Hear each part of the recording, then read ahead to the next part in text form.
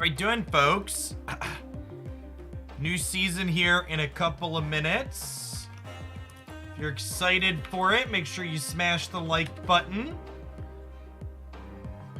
Released already? No, season rolls over in like 3 minutes, chat. I'm just firing up so we can get some people in here, get chatting.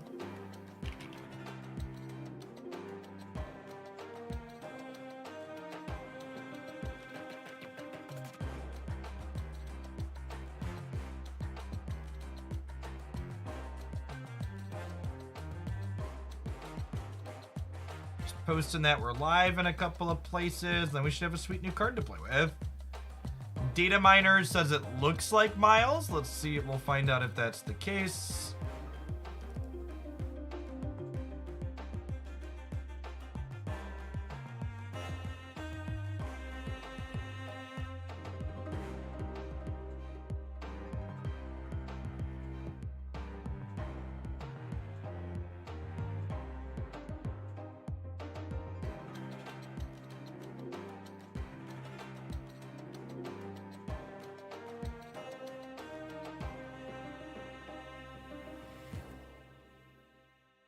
Miles is a move card, right? According to data miners, he's a move card.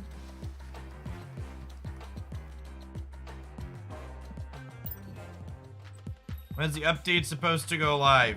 In 4 seconds. 2, 1. Oh, does this not roll over while I'm here? Okay, there we go. Free. We should grab that. And I believe we should be able to tick out here and see it. A new season has begun. Drop some tiers. Check it out. It is what the data miner saw. If a card moved last turn, this costs 1. It's a sweet variant. Default's not terrible, but the upside down kid on his cell phone is great. No reason to buy extra on this pass ever. One tap buy. Thank you, Google. Take my money.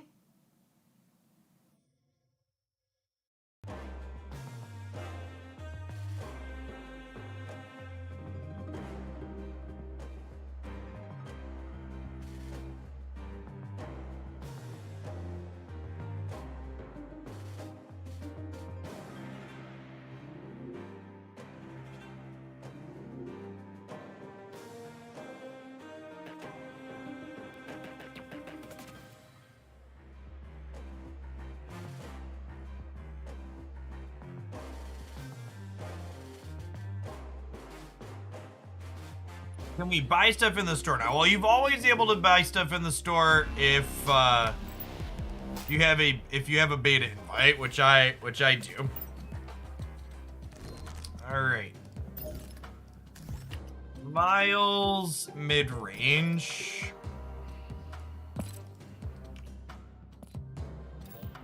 Beast Slide? No, I don't think I even want to do anything that cheeky, right?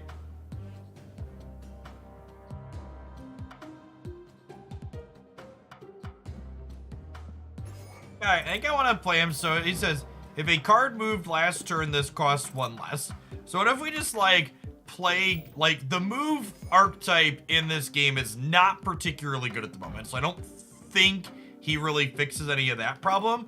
But if we like play stuff, yeah, like we can play Nightcrawler. We can play Storm Juggernaut. We get to play Polaris.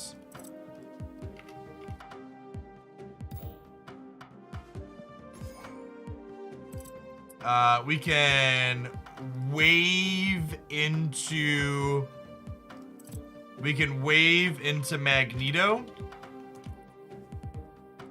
No, the card getting moved does not have to be yours. So I think the best way to enable this, in fact, are with things like Magneto, Polaris, Juggernaut. We could play Nightcrawler is nice. Is Arrow playable? Maybe Arrow's playable.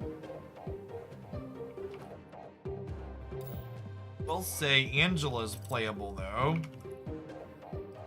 And And Angela's playable, and she plays well with Nightcrawler.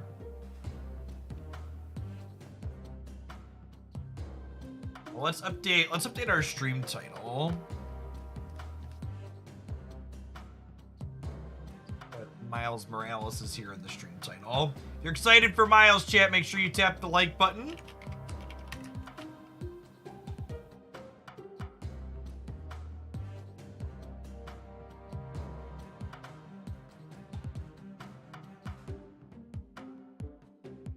I think he's a great season pass card / character to have up when the game is going to open beta. Very popular. Very popular card.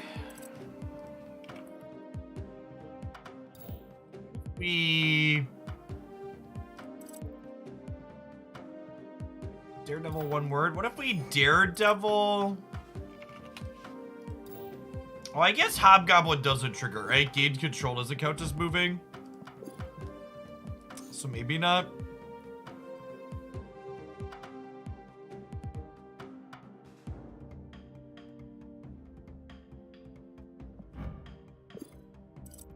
Any other cards that incidentally move?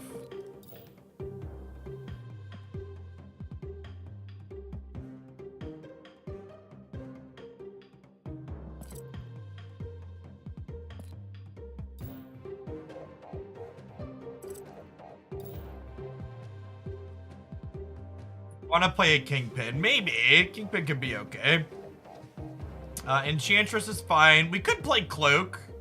Cloak could be another 2-drop if I want to Angela. I'm trying to decide, do I want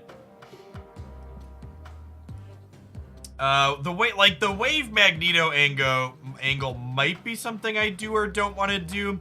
So the problem with so Vision doesn't actually work because Miles says you need to move a card the previous turn to make him cheaper.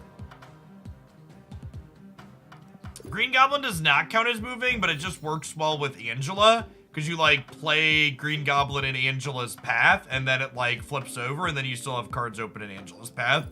So it's just good with Angela. Vision doesn't actually move till the turn after you play it. But Vision could be a card that you could like wave Vision out a turn sooner and like move him on 5.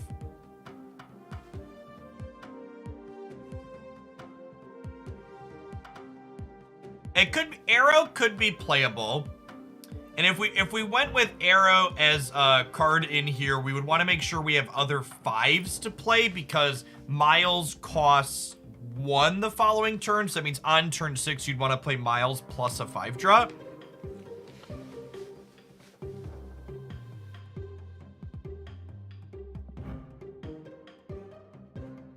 Well, so picking this back up doesn't seem good because then you'd have to like move something else again, right? So it's not very helpful.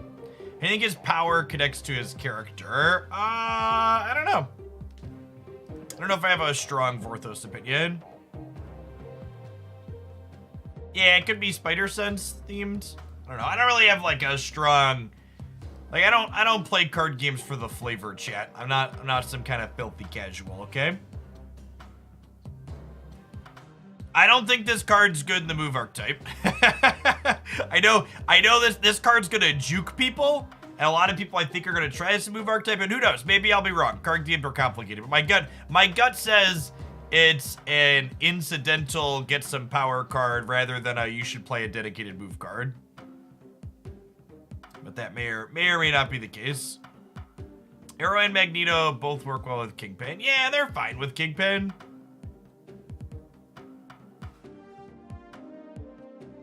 Iron Fist could be decent as it enables you to play Miles on curve. I mean, kinda.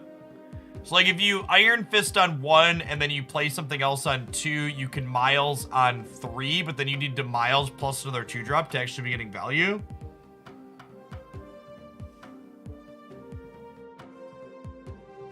Although, honestly, chat, if anything, the move archetype probably gets worse if people are going to play something like this, so they're going to slot Kingpin into it, right? Magic is a 5-drop to play on 6 with Miles. That's actually super true. It's actually super true. Maybe we just slot him into like a little bit of a move-centric, maybe instead of this Angela package, what if we Domino as our only 2-drop?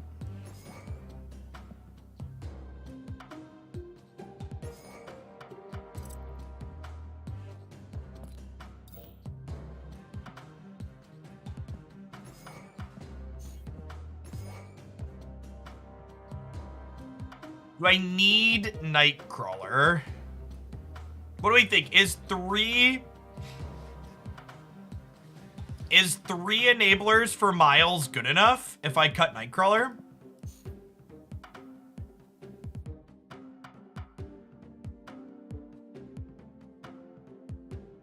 That's probably fine, right? We have Jug, Polaris. Although I guess Polaris, Jug, and Magneto aren't guaranteed moves. They're conditional. So maybe I do. Like, Nightcrawler's got some utility in other spots.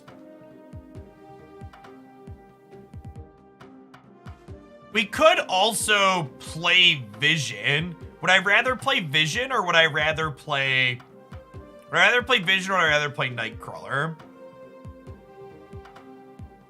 Arrow is a nice one. That's true. You can arrow into Magic plus Miles on 6.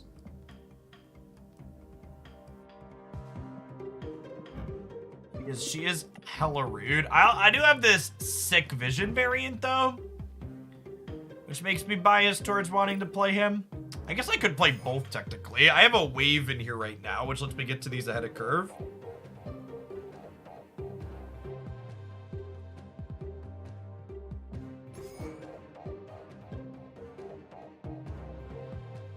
I worry Arrow Kingpin is kind of just too telegraphed, though. Evening, Nora. Like, Kingpin's like a big get-you card, but that's like if they get you. I almost want to just cut these and not be cute. And just, like, play Shing plus Killmonger.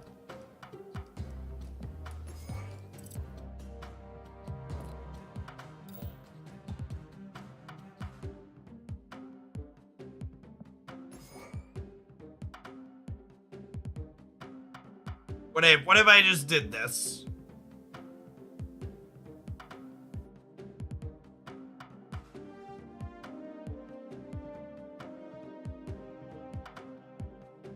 I like starting here. Do I have enough proactive 3s? I have 3 proactive 3s? I think Rogue's just not good enough on her own. There's too many decks she's just a blank against. I'd rather play Enchantress, and I don't think I need Enchantress and Rogue. We're gonna watch the dev update. Does the dev update video have anything in it that I didn't already cover? Or is it just them talking about the timeline they already posted? Someone want to skim the dev update video in advance and let me know if there's anything new in it? I assume it's just them talking about the stuff I already covered, like, last week. Nothing here. Okay, cool. Thanks, Jay.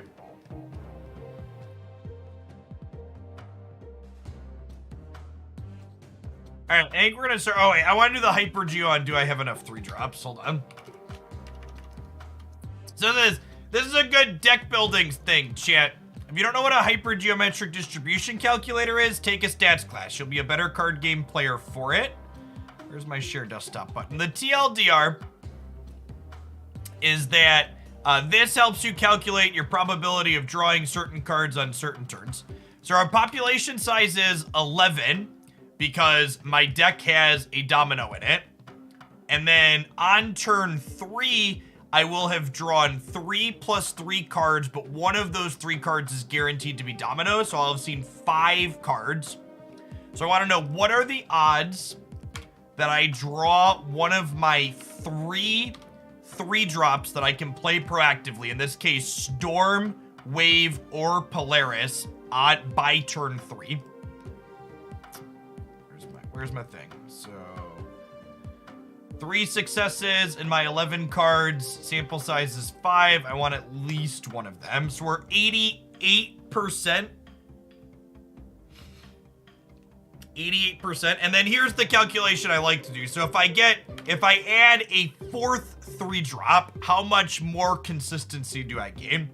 So if I play a 4th proactive 3-drop, I go from 88% to 95%. So is it worth another 7%? So that's what, like 1 in 15, 1 in 14 games? Whatever 7% is to have a 3-drop on curve. Probably not. I don't know that I need to fit another one in there. Let's start here. I'm gonna call this good enough to start. Let's start here. Those are the types of things I like to think about when I'm building things to try and curve. There's also the fail case scenario of like playing Juggernaut or Killmonger on turn 3, which is probably also fine some amount of the time. I've seen you play Collecting Company. You're hitting the 12%. I mean, you're not wrong. You're not wrong.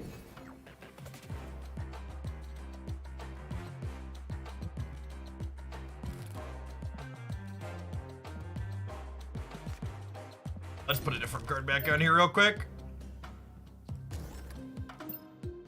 I like my card back to try and match the costume of the character that we're playing. I don't have a black and red, but gray is kind of it. Well, maybe this one, actually. Yeah, that's probably it. Let's do that one.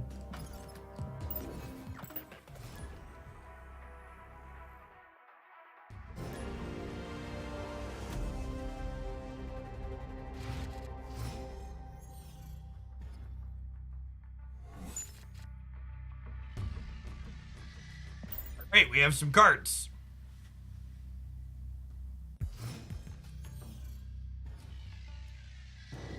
Domino. What are the odds? What are the odds, chat? What are the odds?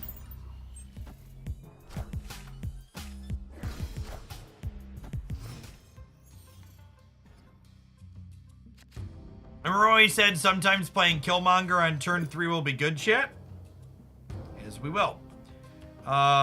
So we storm Atlantis here.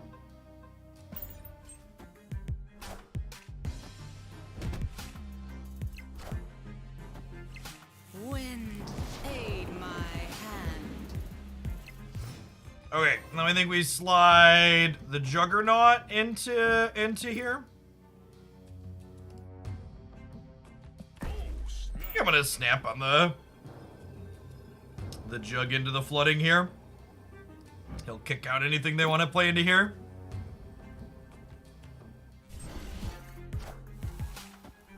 Wow, Shiggity Shrek get wrecked. So priority really mattered there. He cannot be moved once he's flipped up. Oh, which denies me my miles. Well, that's sad. Huh. Well, I guess I could vision here, and then we could slide vision to the right, and we can Killmonger next turn.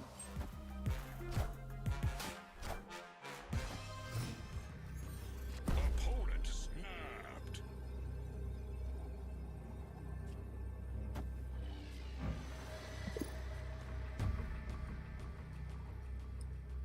Oh, and then I suppose if we Polaris, this probably pulls. Oh, I can't pull Colossus, derp. But it still puts 11 power here, right? And like Killmonger is going to kill this and this, and we're tied, and then we're up here by 5. I think I'm into it. Okay, this works out fine.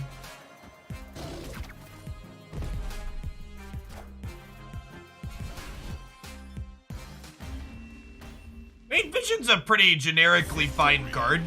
And yeah, it's an enabler for Miles. Like, there's plenty of locations like Sanctatorium where Vision is just like generically reasonable because he gets around.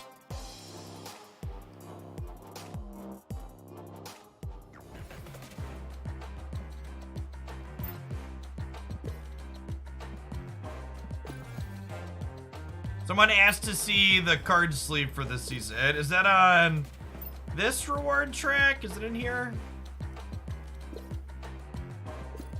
Infinite card back. Miles avatar. Oh, I want the Miles avatar. We'll get to 40. Is there a card back in the season pass still, or did they pull that out of there? Carnage.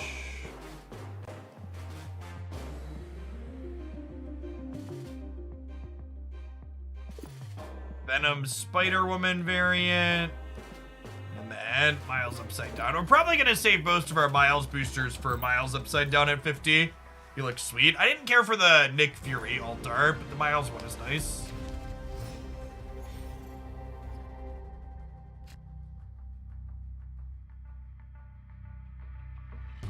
Yeah, I don't think that, I'm going to repeat this a lot, but I don't think this is a card that goes well in the movement archetype. Hey, that's fun for us.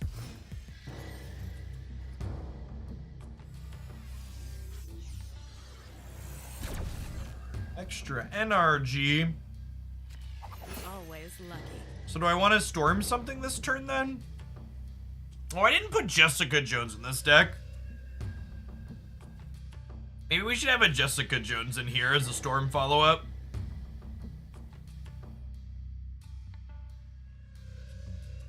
She's pretty good post-buff. It's gonna storm the right here, I think. Face the might of Asgard. Mjolnir. No, the season rollovers do not come with balance changes, typically speaking, Taylor. At least none that we've had so far.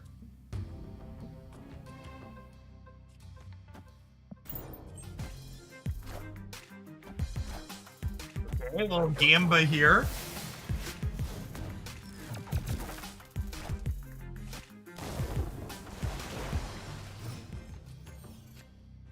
Yes, Vision is also good with Storm. That is accurate.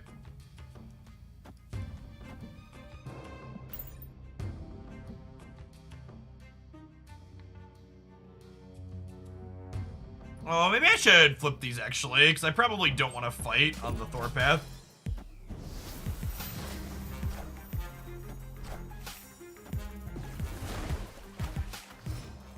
I think they have Doom. Yeah, I'd buy that for $1.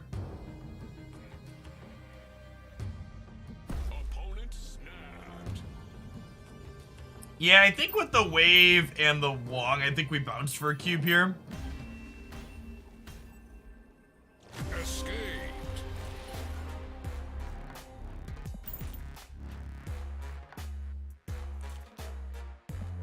Don't be afraid to retreat, chat. You'll ladder much faster with good retreats and good snaps. Frame break. It's like heads up poker.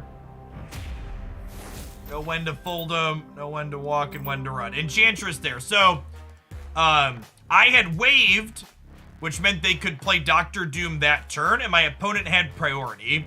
So I was not going to get to Enchantress their Wong before they got to play something big and scary at it, which is why I retreated when they snapped.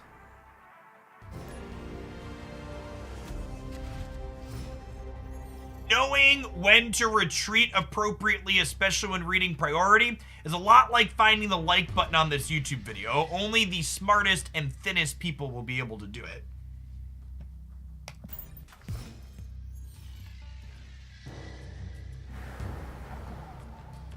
Right on time. Do I want 2 copies of Domino in play? Probably. Although I guess I'd probably fill this with other stuff down the line.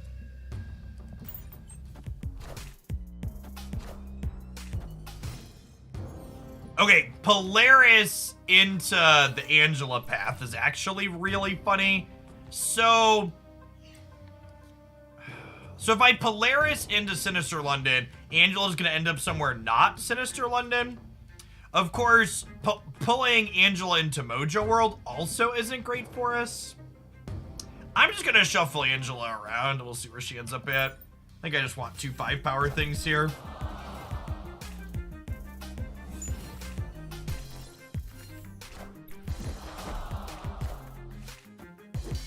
Raven's a little late to the slide around party there.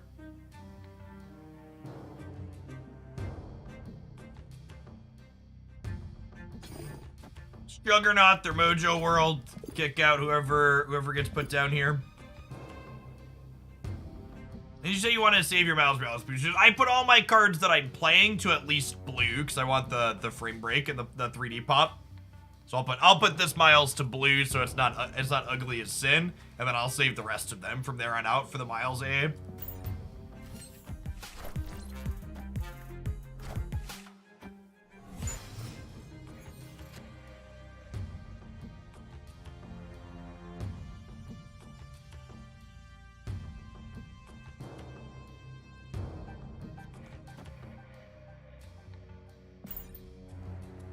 Magneto's pretty awkward into the old vulture.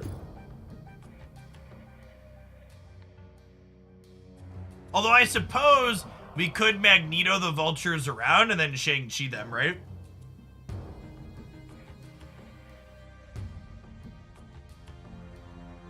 You only get a better ratio of credits to collector's level for the first level up. So the 5 booster level is 25 credits for a collection level. Do you believe in magic and a turn 7?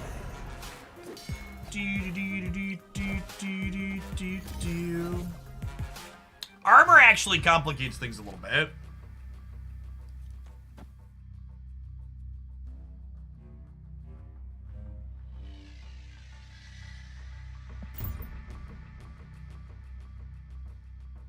Could storm Limbo for a surprise end. I don't know that I'm winning if I storm Limbo though, right?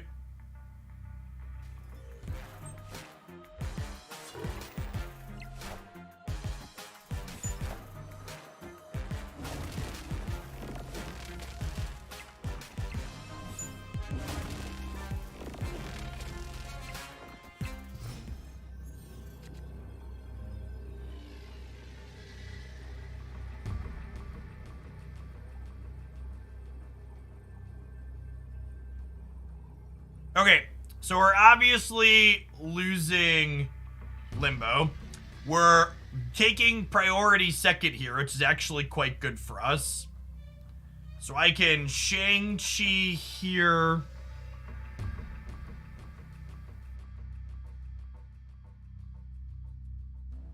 And I suppose we can just Miles there too, right?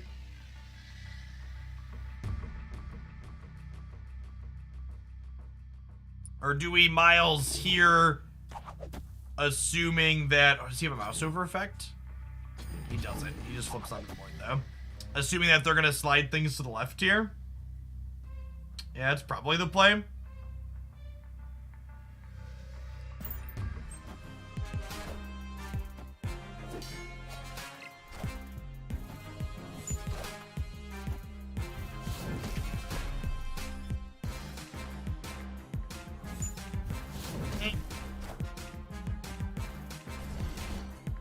We were dead regardless, so where Shang went there, huh? Their armor coming in clutch there for him. Our Magneto not looking great in the face of Vulture.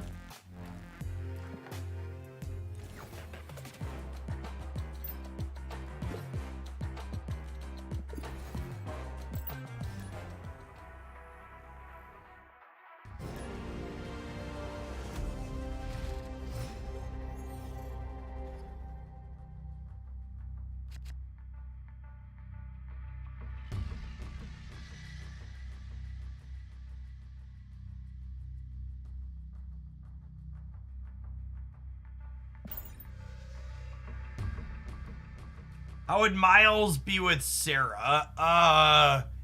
Sarah can't reduce a card's cost below 1. What are the odds? Right?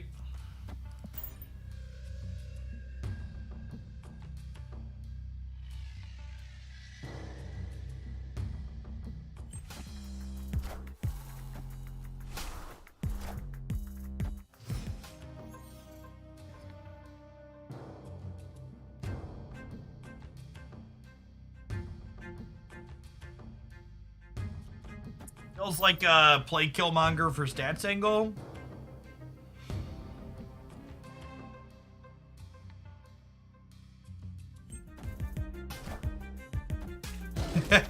Opponent feels similarly.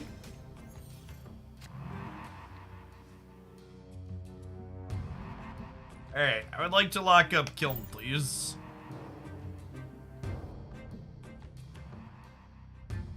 Although I suppose if I'm sliding them Magneto, this doesn't necessarily lock it up, huh?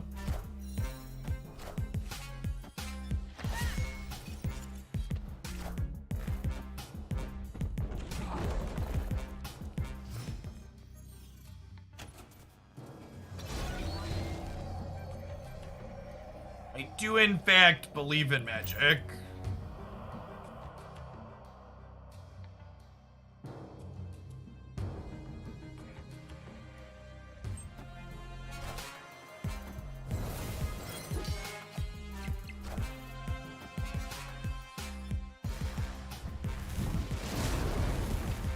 All systems go.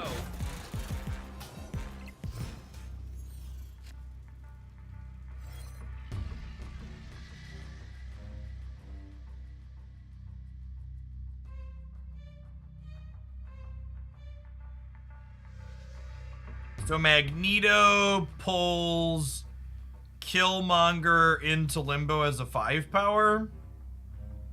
And that would make Miles cheap next turn if we draw him. Then we could like Miles plus Vision for plus 12 in Limbo, bring us up to 27 there. It's probably game winning, right? Treat it. Okay, sure. Victory.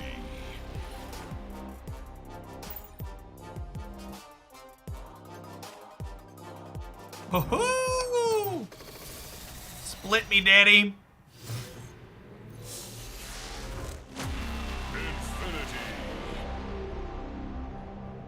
Infinity.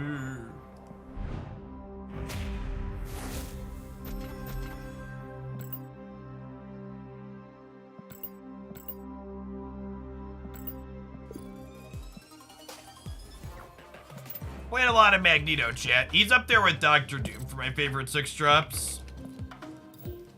Gold background, gold background. That a different... Okay, I think I like... How do we feel, chat? Circles versus swirls.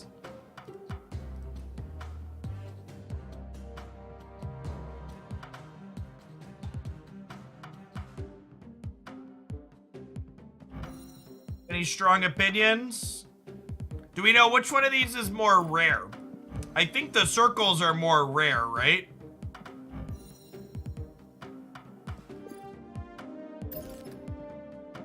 I don't have a lot of sparkles, but I have a lot of swirls. You know what else I don't have a lot of, chat? Likes on the stream. We've got 180 people in here and only 76 people stumbled drunkenly into the like button like it was snapping on the first turn. I believe in your ability to find that like button.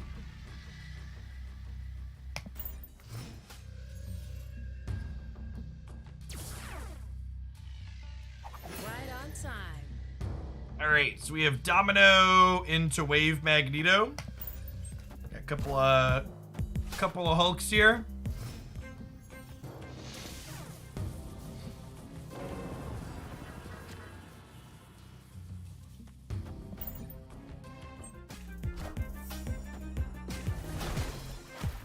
Face the might of Asgard. The might of Asgard.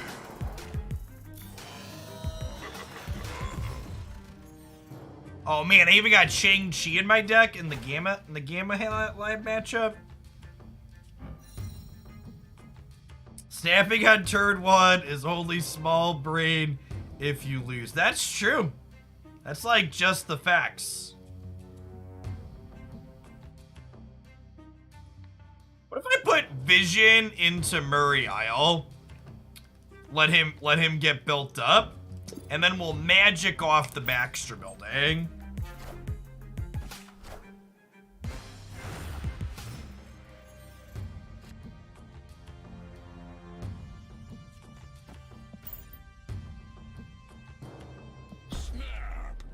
Snap your anchor in a pretty okay spot.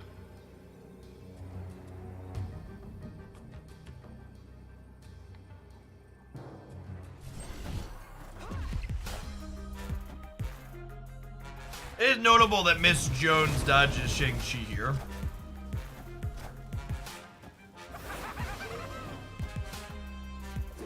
Green Goblin into Murray Isle. That is, quite the combo deck our opponent is playing. Let's Magneto our friends out of Limbo here.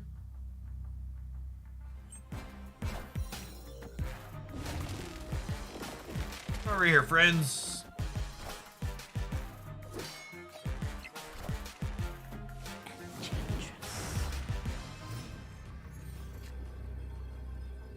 And now we tactically moved Jones over to Murray Isle so we can Shang-Chi her there. Which is just like the most rude, which is great. I love it. And they're going first, so if they hit Thor's hammer, Shang-Chi's also gets him.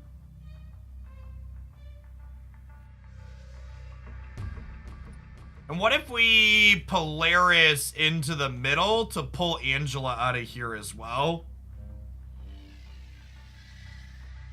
I'm into it. I think this looks great.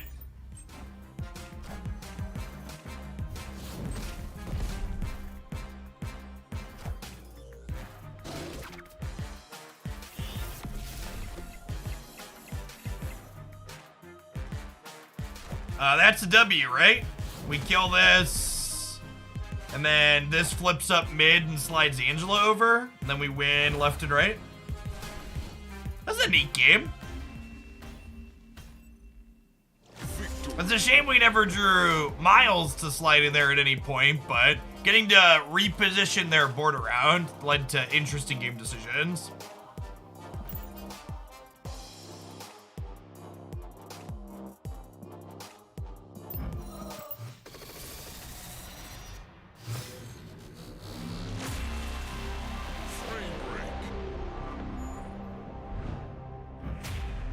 Yes, Magic is one of the best cards in the game because enabling a 3+4 on the last turn is a powerful sequence, for sure. I have gained collection level. Well, this season pass release has already gone better than, what's his name? I already can't remember his name because he was so terrible and we were annoyed with him after like 3 games. We haven't drawn a lot of Miles yet, but I'm not sad that he exists yet. That's good. Nick Fury, yeah, that one. That's such a shame too, because Nick's such a sweet character in like the Marvel universe, but his card is just so poopy.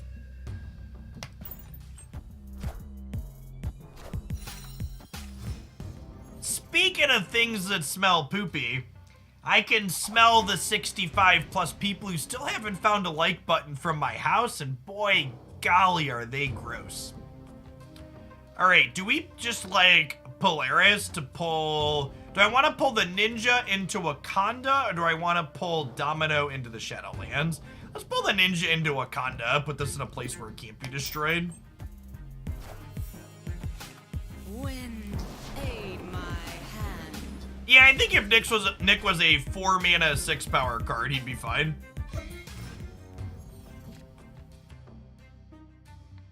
And this is the other thing about Miles, right? Like, Miles is only 1 mana this turn, but in order to take advantage of this, I need to be able to play other stuff on curve with it, right?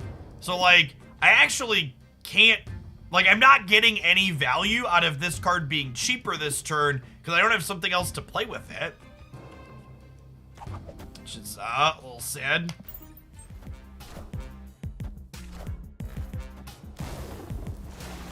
Sunspot Center is a little annoying. We're going to want to find a Killmonger for that one for sure.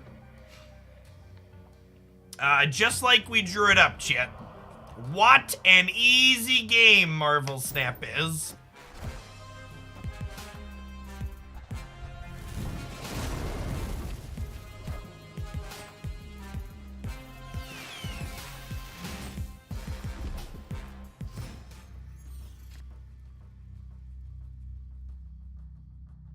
So Killmonger probably means I win center. Let's Magneto right to pull their 3-4 over to here.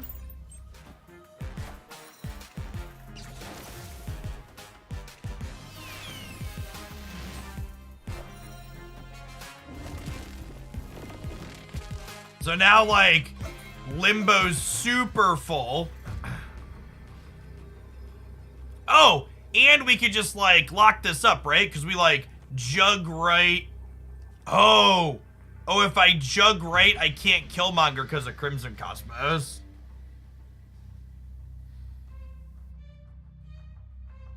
Fuck.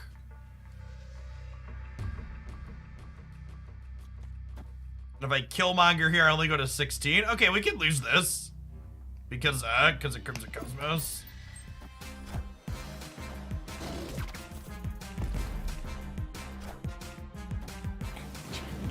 Yeah, they might play something low to take mid, it's true. We lost the tiebreaker. Doombot's a good one. Wait, is this an ongoing effect? Why did this get Enchantress? This is an ongoing effect?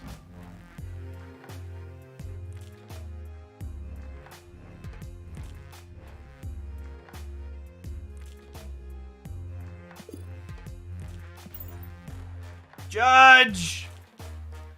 Judge!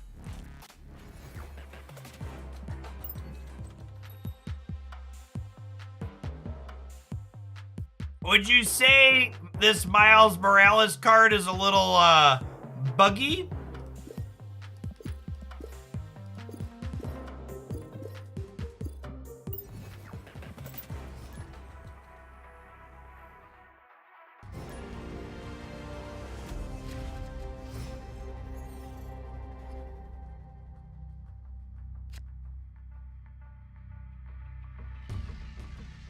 Are the season pass rewards been the same over the seasons, or have they less? I have no idea. You have to go back and check. I don't know. As long as the season pass rewards give you more gold than you would get for spending $10 on gold, the season pass is a good purchase. Is like the TLDR and calculating should you spend money on it. If you're spending money, the season pass is the best first purchase, as long as that remains true.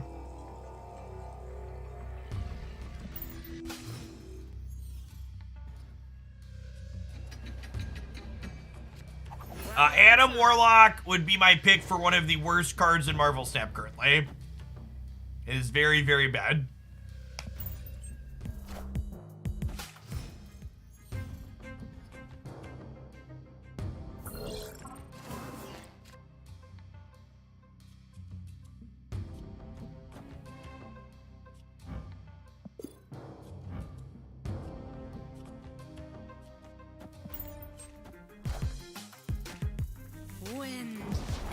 Worse than Yellow Jacket. Yeah, Yellow Jacket can, like, be a 0-mana 2-power card at least. Like, kind of enables, what's it called? Oh man, I'm totally blanking on his name. The dog.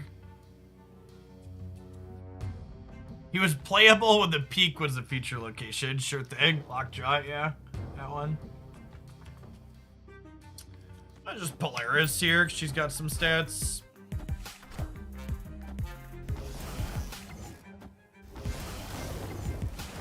Nova Angela.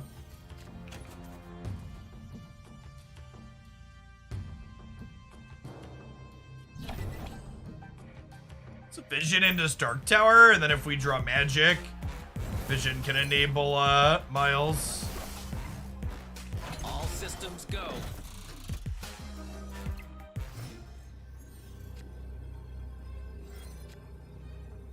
Do you believe in magic and a turn 7? Do do do do do do do do do. Oh, snap.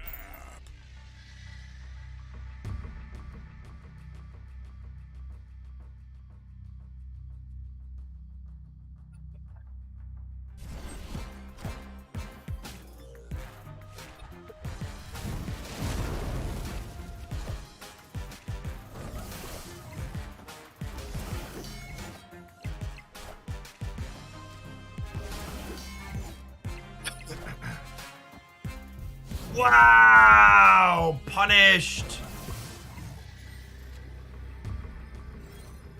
Oh, I needed to move vision so I can make miles cheaper too. Sorry, chat, my brain is bad. Ignore my bad brain.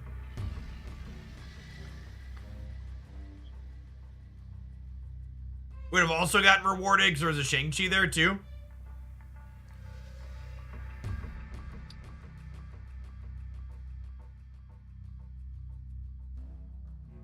Yeah, if I Shang them back, they still have infinite power over there though, right? Like, especially if that's the real Mysterio. Honestly, I probably need the miles to win this game. If I had miles, we could miles plus Magneto. I guess for 2 cubes we chill, but we're probably losing this. Yeah, I guess we could just bounce. Yeah, probably just bounce. We messed up. Escaped.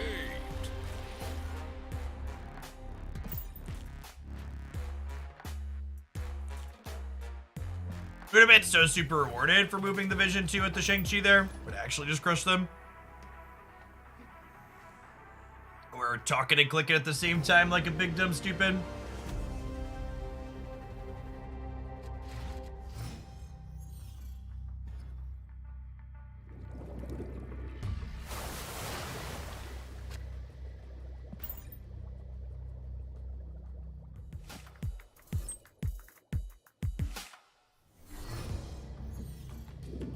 Discarded Black Cat. Okay. I'm listening.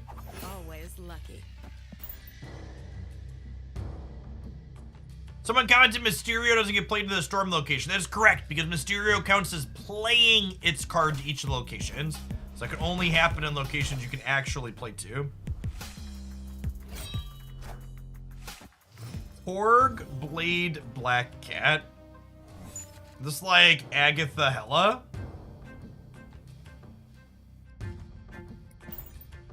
Let's Storm, Jug the right, I think here.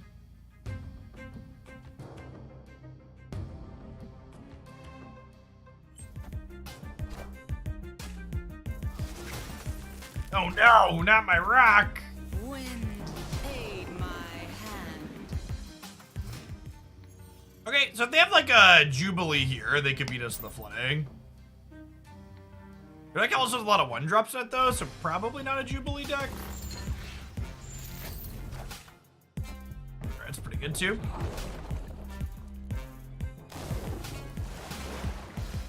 Even if I Killmonger, oh, I guess if I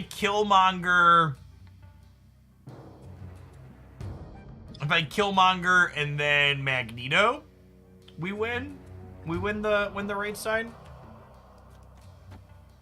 All right, let's believe in magic in the center. Oh, they did discard a Jubilee, you're right. Yeah, their deck's a weird collection of things. I guess Ghost Rider Black Cat's like above curve, right? It's like 9 power for 4 resources. It's on par with like Rescue.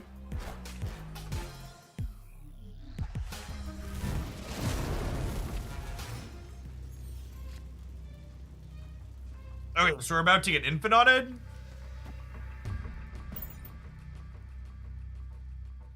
And then I can Shang Killmonger on the last turn, because magic is cracked.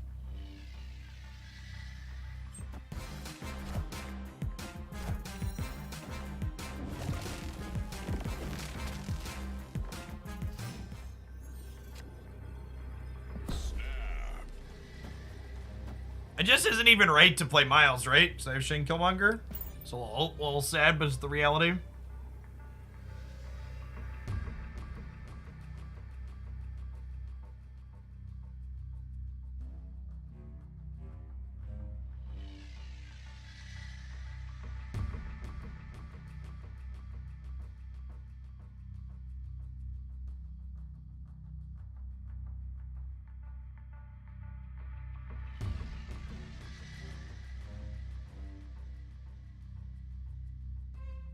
Could Taskmaster us. Yeah, but even if they Taskmaster, they lose, right?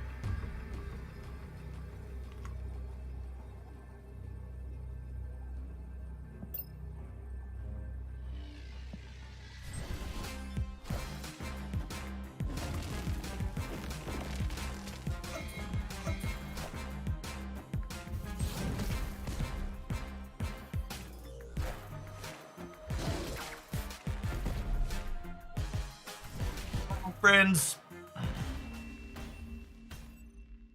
Victory. Is wave good? Well, if you don't have wave, wave can also put vision into play sooner. And then vision enables miles. That being said, I don't know if this deck is actually enabling miles in a meaningful way. We need to try something cheekier. Well, chat, so the problem again with something like using arrow.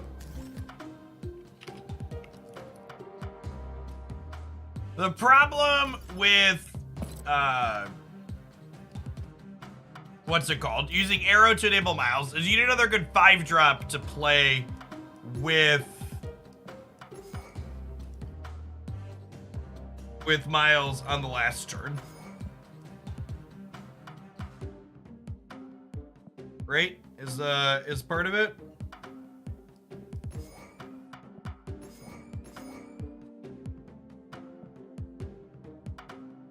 Scene, thank you. Well, we drew miles a couple of times, and it just hasn't fitted on curve, right? So, like, we played that last match, the last couple of matches, like, we drew miles, and it didn't fit it on curve, and then another game we had successfully made him cheaper, but then it also didn't matter because we didn't get any value from playing him.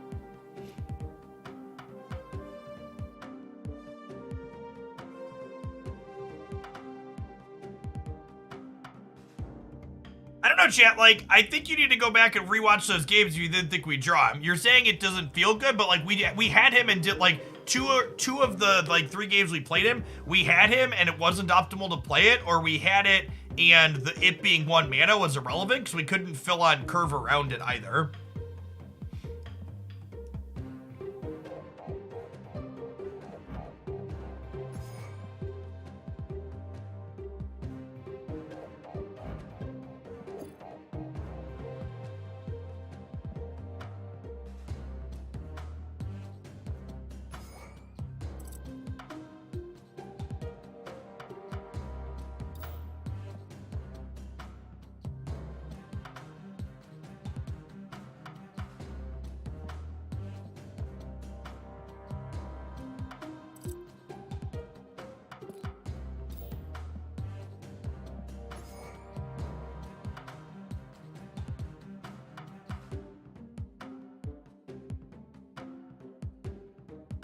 Yeah, you can miles and magic on 6, that's true. Yeah, beast could be key here for replaying stuff.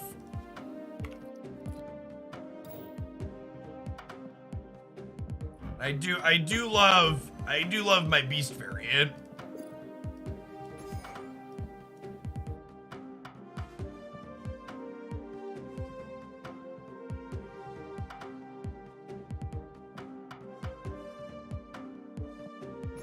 Play Kingpin for a little bit just so people stop asking.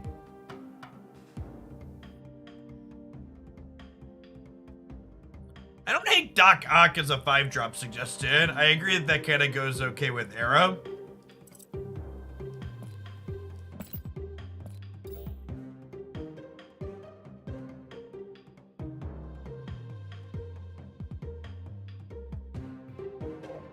We could also just play Blue Marvel.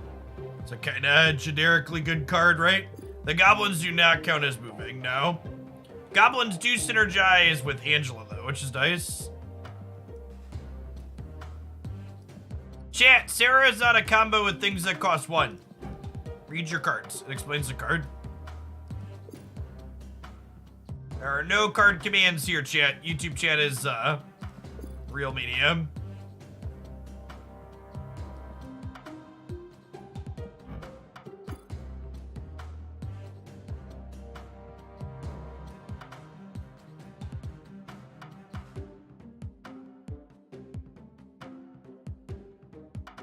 Do I'm looking at this, like, do I want to play Magic? I don't know that I have a big thing to do on the last turn, right? Green Goblin is just a generically good card, that is true.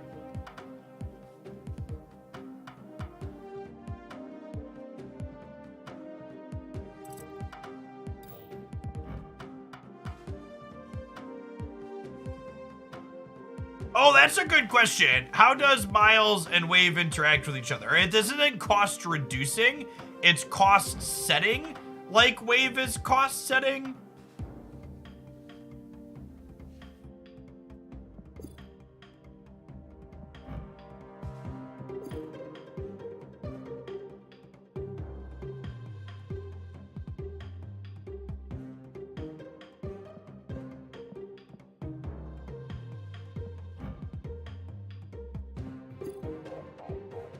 Miles stays at 1 on the Wave turn. Okay, that's interesting.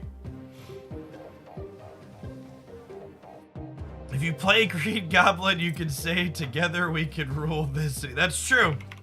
It is very true.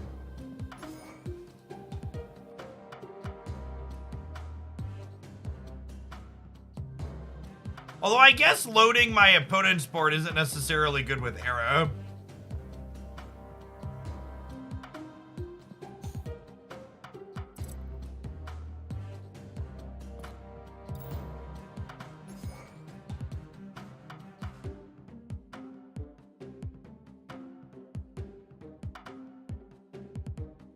No, Killmonger only kills things that have a starting cost of 1.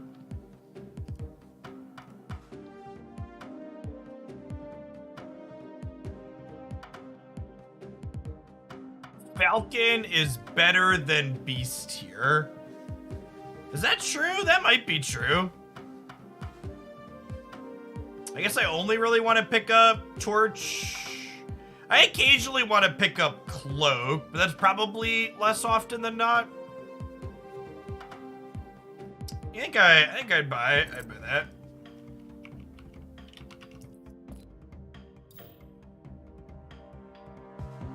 Crazy matchmaking. Why is it crazy matchmaking that you're paired into me? Is your rank super high? Because my rank is super not high.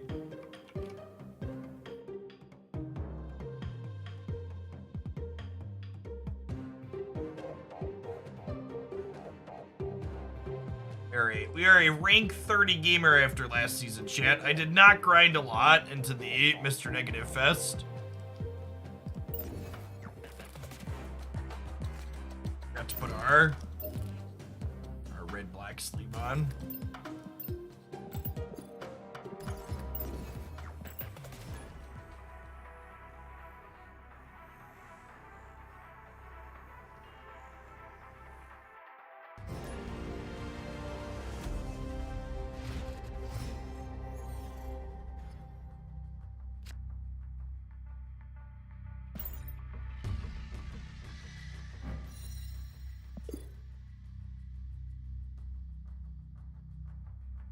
Alright, we've got a Nightcrawler that can slip on into the Sanctatorium.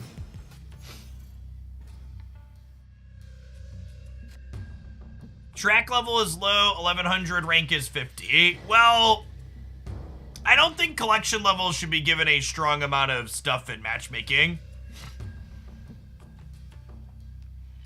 I think anybody in pool 3 should be fair game to pull into anybody in pool 3 based on current rank. You can feel free to disagree on that, but I think collection level should not have a lot of weight in matchmaking outside of people that haven't hit pool 3. Probably shouldn't play people who haven't hit pool 3. Let's Angela and Onslaught Citadel. See where we go from there. That's cute. Okay, so we all just end up in the random one because of Quake, sure.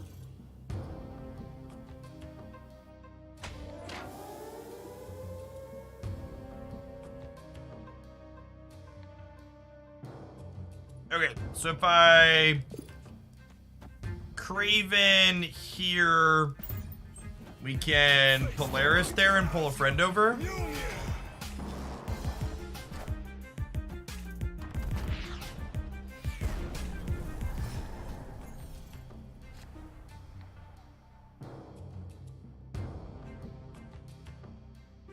Okay. Kingpin plus Cloak is a... Kingpin plus Cloak is a, what's it called? Definitely a churn.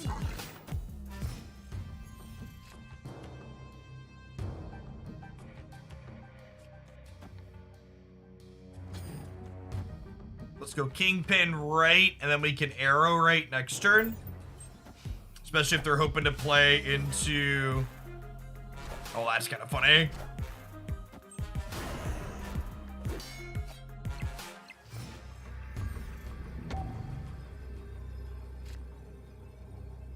Okay, and then there's a Spider-Man to go along with my arrow here. Sounds great. I think I snap him here. In a good spot. It's like, this is like literally how we drew it up, right? We get to arrow into the Kingpin and then also Miles for one.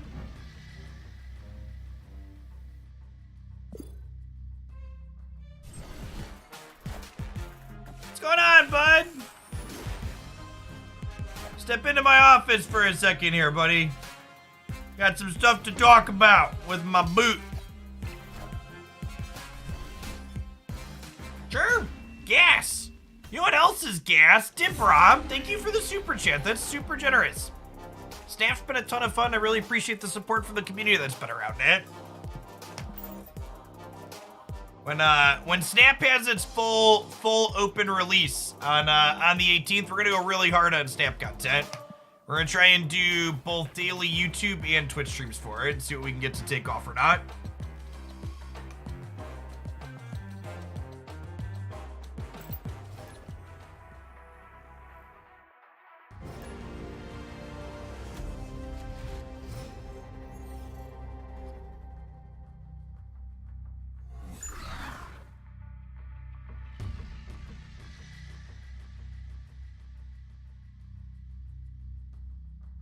In addition to the super chats, folks, if you'd like to support directly here on the YouTube side, channel memberships are available too. Any of the channel memberships, even as little as 99 cents a month, get you access to my supporter Discord server. We've got pretty active channels talking about Marvel, Snap, Unite, Magic, politics, sports, life, food. Lots of great channels in there to interact with the Hooglandia community. I think this is a play Human Torch to the left, and then we can Craven into Cloak the Craven path. And do some stuff that way.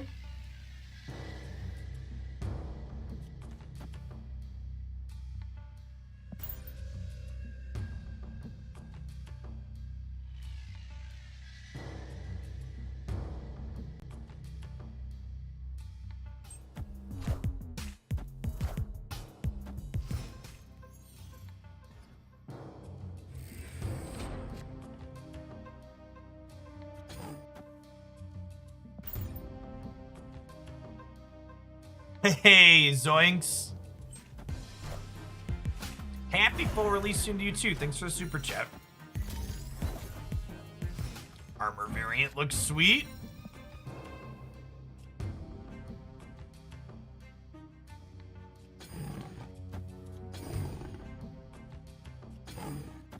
Slide all of these here. Craven gains 4. Human Torch goes to 4. I think we'll Angela plus Nightcrawler here into DC. Raptors are 1 cost if we draw. This is probably a bot, right? With these Raptors moving over. Unless we're about to get Shang-Chi'd and they're just juking our Craven. I assume this is a bot. Up Miles in the bounce deck. That could be okay. My deck does incidentally have some move stuff in it. And I've played,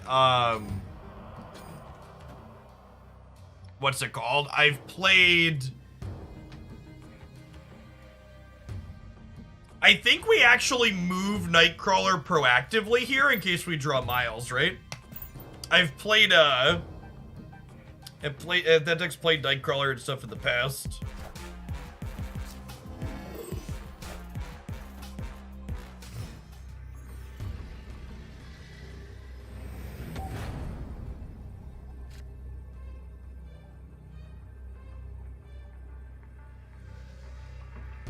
So, part of the problem here, does Arrow even win the game though?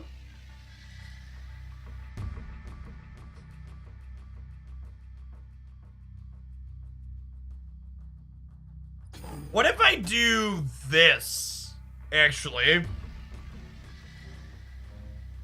This adds 13, 17 power center, and anything they play ends up center, so then we tie left, and then we probably win the tiebreaker being plus 17 in the vault, right? Watch the bot embarrass me, but I think this wins. Oh, Spectrum's gonna rinse us off. Is she? No, we're good. Math checks out. Oh, we could miles left if we're pulling mid. Yeah, that's true. I was focused on getting the most power, but yeah, we should totally just miles left. There's more total power on board to play at center, but yeah, we win left unless they play 3 cards total, right? Good shout.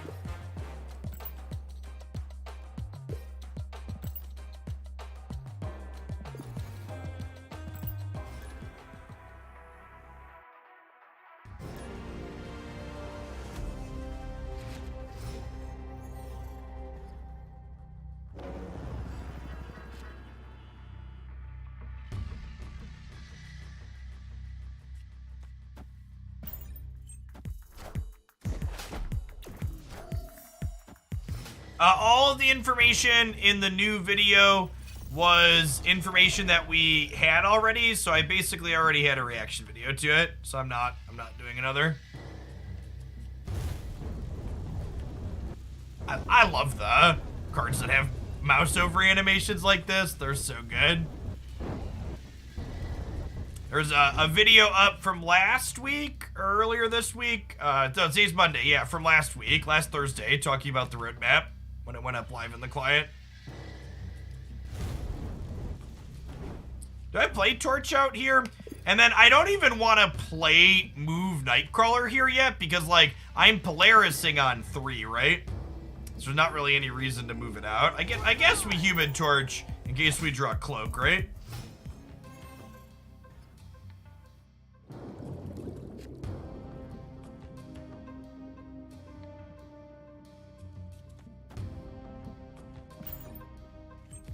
Honestly, I should probably snap here.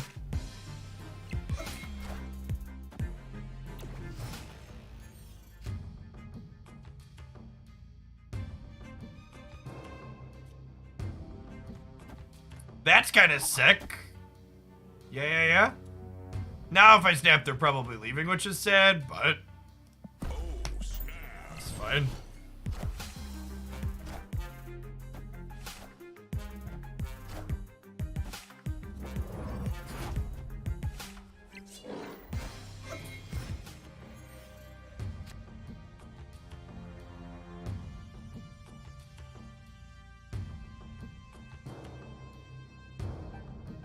What if we just, like, Doc Ock left?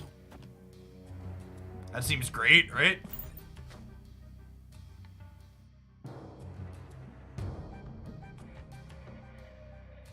Thanks, Gad. Appreciate you hanging out. Thanks for dropping by a live one. Give him the claw.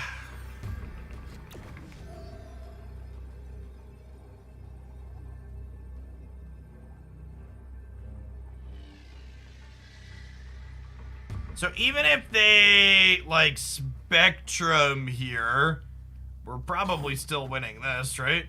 So we're at a total of 22 here, and they'll add +6.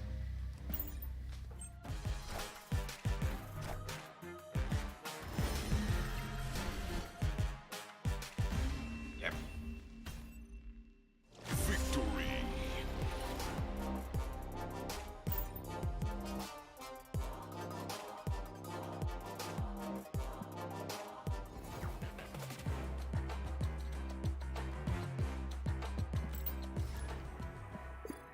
To set a low bar, Miles Morales seems better than Nick Fury. Like, seems like a bar he's been able to clear.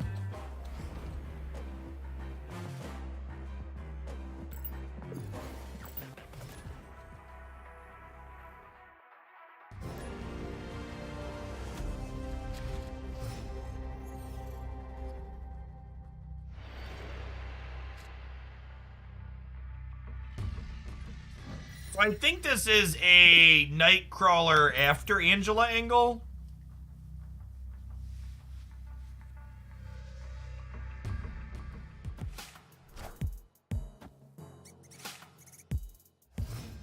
So the most common metagame Squirrel Girl deck is what's it called? The Deathwave deck.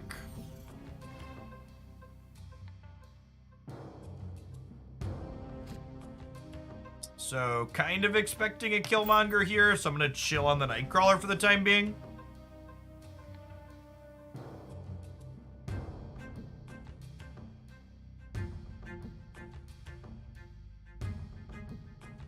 Well, Polaris, one of their friends, into the Bifrost. Again, probably doesn't matter because they're likely getting cleaned up by a Killmonger.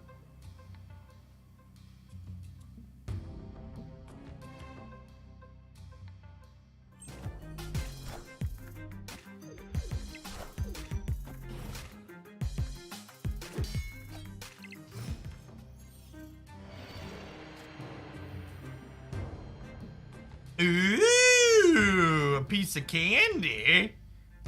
I think we snap on that, honestly, right? Because this is going to slide over, and then Cloak's going to pull it into here, so this is going up to 8.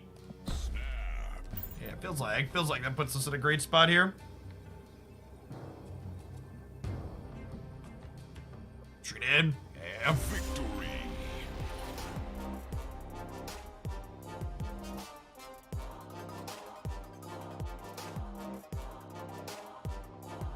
Hey Jeff, I don't have 0 from the Red Skull deck. Can you run it without it? Yeah, I think so. I think Red Skull and Typhoid Mare are probably the most important cards from there, followed by Venom.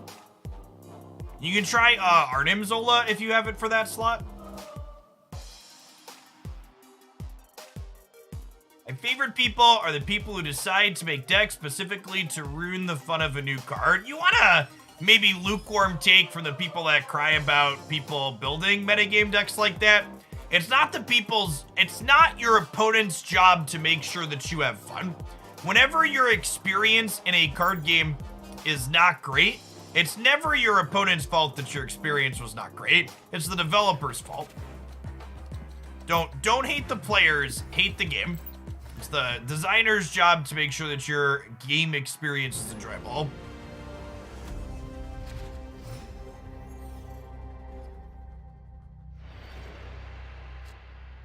It's not my job to make sure my opponent's having fun. It's the designer's job to make sure the game is reasonable and enjoyable.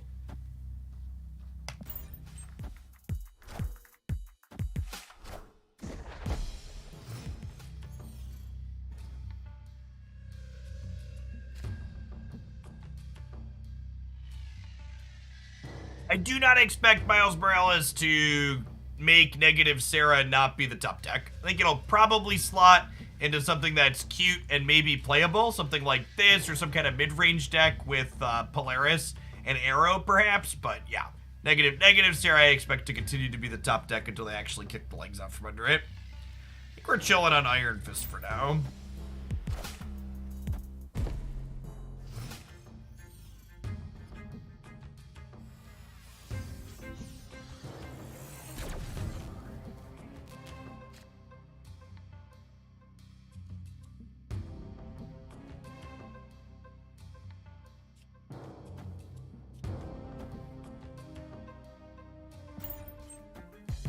So we'll do this. Oh, he stormed the Bifrost.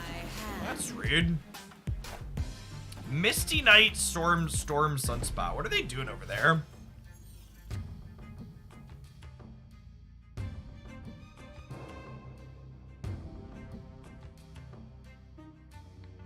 Huh. What if I Craven and then Human Torch here? And then we have the option to slide Nightcrawler later, and I can Polaris something into the sewer system as well. That seems to bode well. And then on the last turn, we can Arrow into the Tinkerer's Workshop.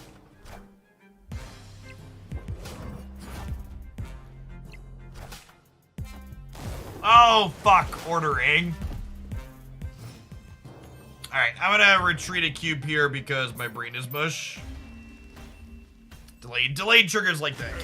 Get me sometimes we're talking and clicking and trying to read shit.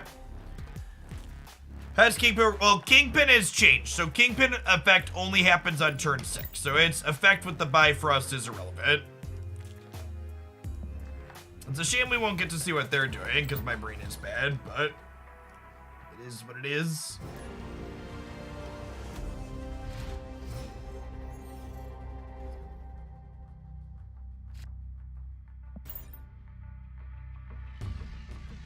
Polaris is actually pretty rude with Hala. Not only does she get a good bit of attack, but, ooh, Mojo Worlds.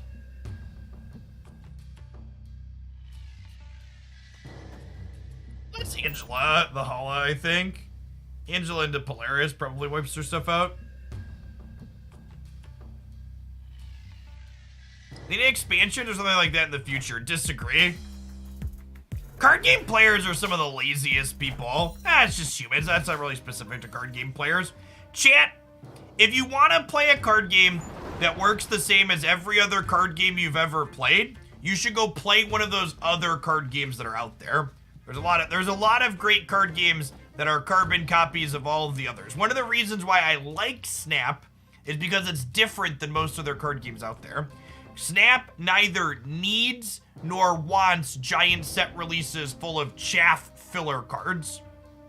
1 card per month isn't that interesting. Sure, you're correct. And their goal isn't to release 1 card per month. Their goal is to release 5 new cards per month eventually, is their stated goal. Which I think 5 new cards per month, about 1 new card per week, sounds excellent. Like, people are so lazy and kind of dumb that, like, their brains are like, oh, I can't think of any innovation. I just need to have the thing that I'm always spoon-fed, which is a big card release. It's like, well, you don't really have to have a big card release. You can do things differently. All right, what if we Kingpin into Hell's Kitchen, then we Nightcrawler here. Then we can slide this next turn and have this cheap on the last turn.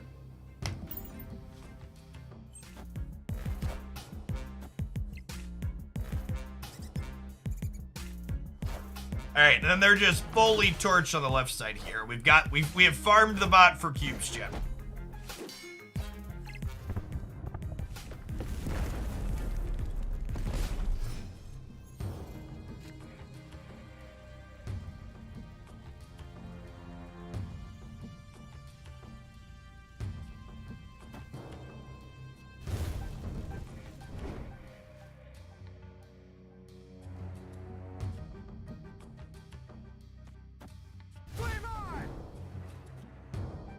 I guess I want to Falcon and then Torch, because I don't really want to pick Torch back up, right?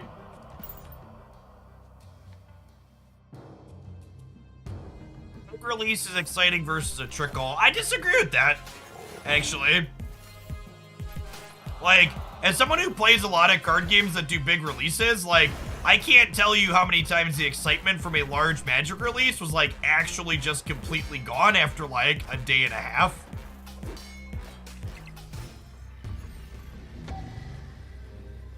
No, I don't really have a baseline for Hearthstone because that's not a game that I played, but I know Magic doing its big releases.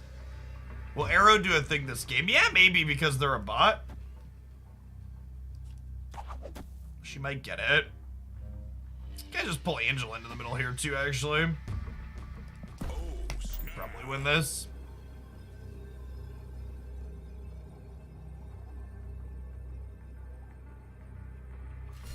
Yeah, this type of game's pretty different than Strike Force, though.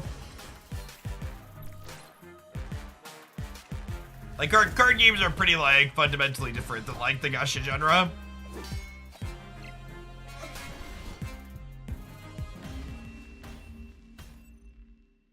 Victory.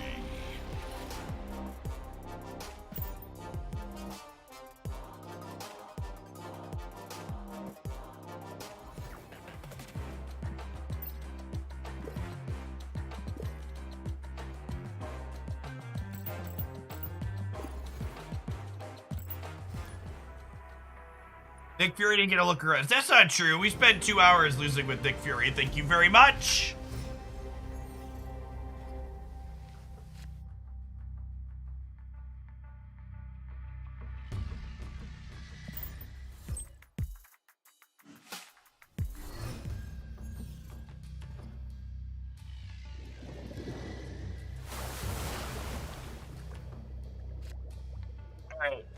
Angela into the unknown location because I'm going to be kicking things over to the left with Iron Fist. So.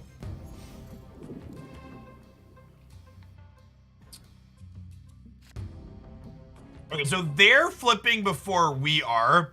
So I think I'm going to Polaris here because she'll pull whatever this 2-drop is over to the right.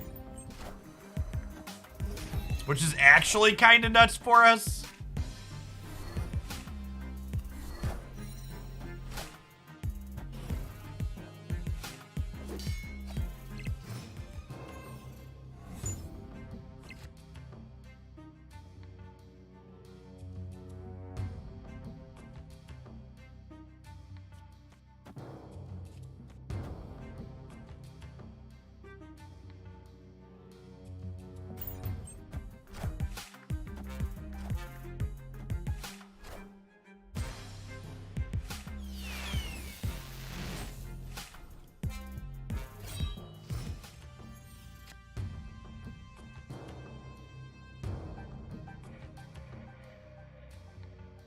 I think they're probably gonna retreat when we snap them here, but I'm gonna duck Ock into the right.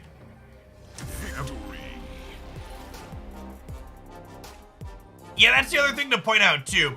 Like, even if you think 4 to 5 card releases in a month isn't quite enough, there's more than just card releases that can disrupt the metagame, right? Like I think having regular balance patches is just as important, if not more so, than card releases.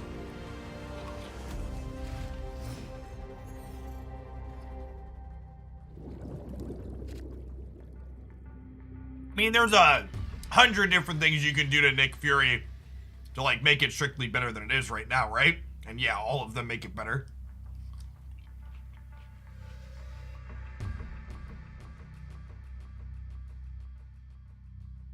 I think my preferred change to Mr. Fury would be template him like White Queen, make him a 4 mana 6 power card. Just leave the rest the same. Yeah, I think making him a 4-drop like White Queen would be good.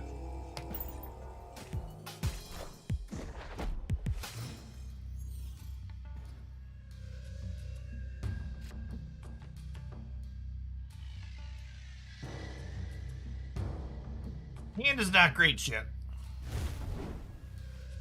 We will get to Polaris drag the Nightcrawler around at some point, though.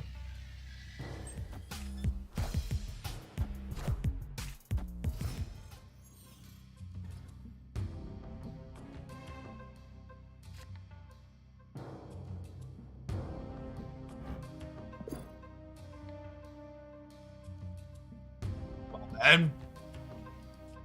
I'm gonna Polaris Atlantis and hope to tag the Angela here, I think. We could obviously tag the Nightcrawler and then be a little sad because they can just move him again, but... Ooh, okay, Blade. My poor Torch. Mixed feelings on the Torch kill here.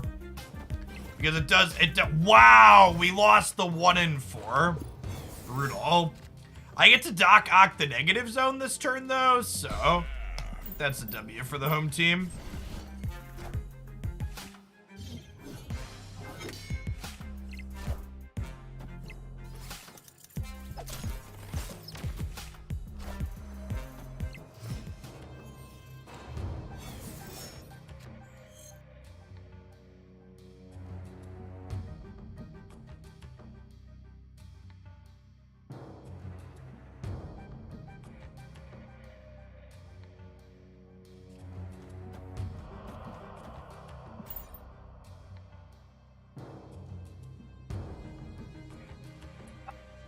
I would be surprised if that's too good, Pseudo, with the 6s being random. You know what else? You know what is too good, though, chat? I don't think that would make Nick Fury too good, but what's too good are the 152 people that came in here and smashed the like button this evening. I appreciate all of y'all. Thanks for doing your part to help my content reach some more people. We just arrow, right? Get to crunch him. Opponent retreated, sure. Victory. The bots retreat sometimes, chat.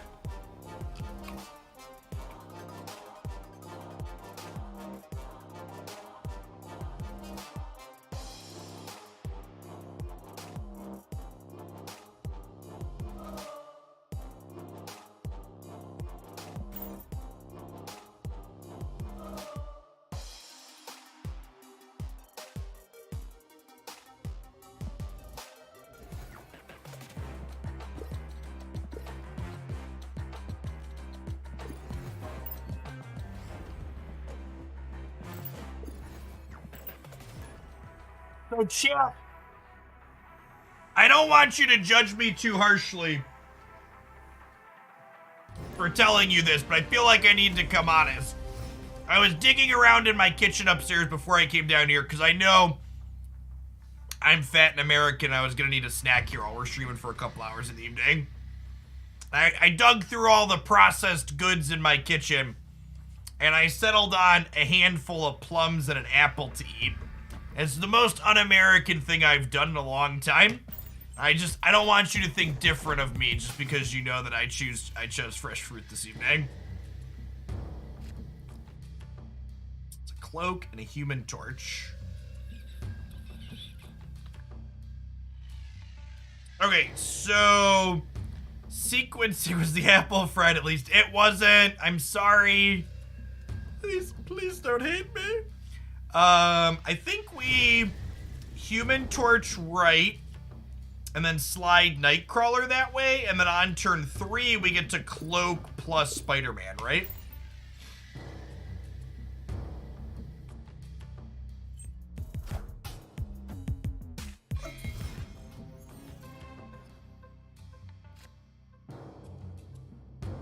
Alright, Doc Ock is good with the Crusher. Let's flip Spider-Man into there.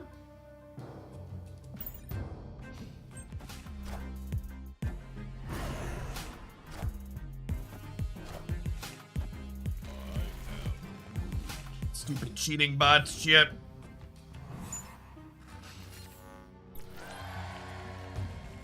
Okay, so we'll slide torch to the right. And then we'll Falcon here.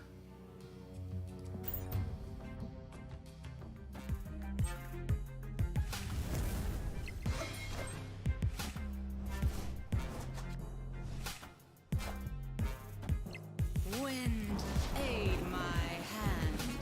Ooh, heads up, Stormplay. From our bot friend, because now I'm locked out of the center. Although I guess I get to Nightcrawler there later, so it's kind of whatever. 6 cards in their hand. It's probably not great to Doc Ock here, right?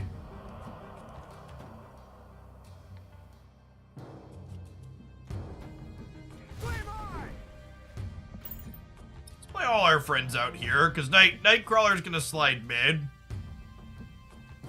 This could be a Doc Ock on the last turn angle. See what we draw. Shang-Chi, not so great. Angela pumps up the GM here to 5.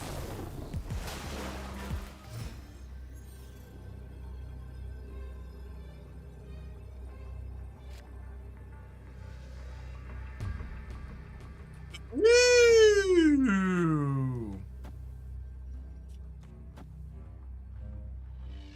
Yeah, it's great, right? Because it locks up the flooded for me.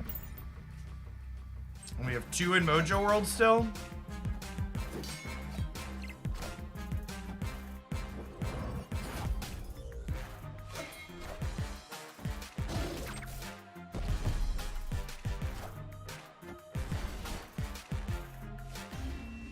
Can't tell if this was a bot or not. It might not be. Like, I feel like that one could break either way. They made some good lines at different points. You have to sneak it out there with the Iron Fist sliding people around. Miles looked good that game.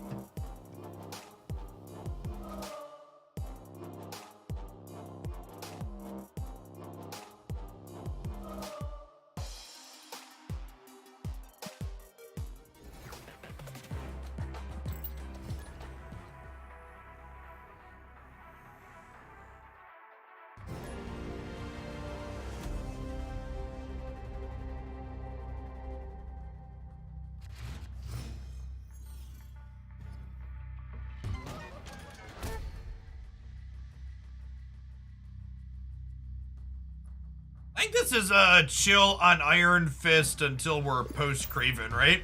Also, if they play a 1 or a 2 here, we can Craven into Polaris, their 1 or their 2. Yeah, so we'll...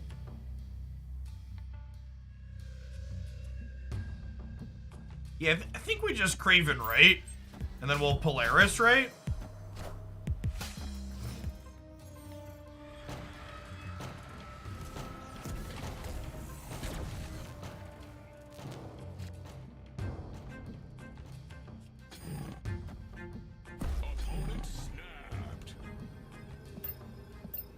right, chat. I don't know if this is the right play, but it's the hilarious play. So we're gonna snap back and we're gonna go for it.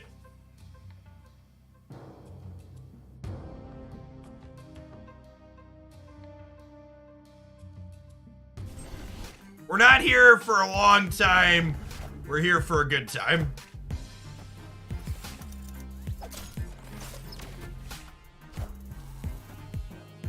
Okay. Magic saves him.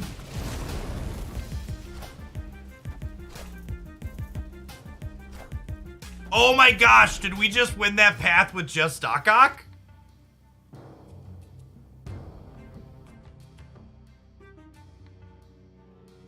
Oh my gosh, we won that path with just Doc. Well, that's hilarious. The problem is, can I win right? I don't know that my deck is capable of winning right. It's unfortunate that they had priority. Professor X kept Sunspot in there.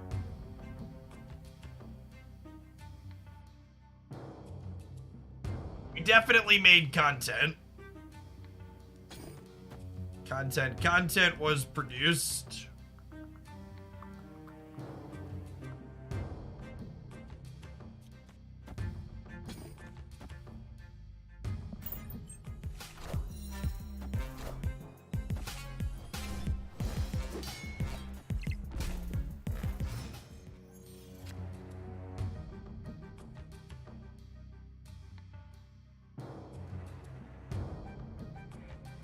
Yeah, I just don't know that I'm gonna have the stats to win the Pegasus project.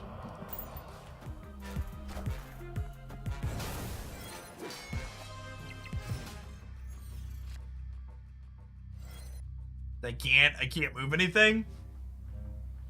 You know what I should have done was, I should have Doc-Ocked and then Polaris, although I guess I was expecting these to die, which would make that worse. The fact that they didn't die because we hit magic was pretty sad.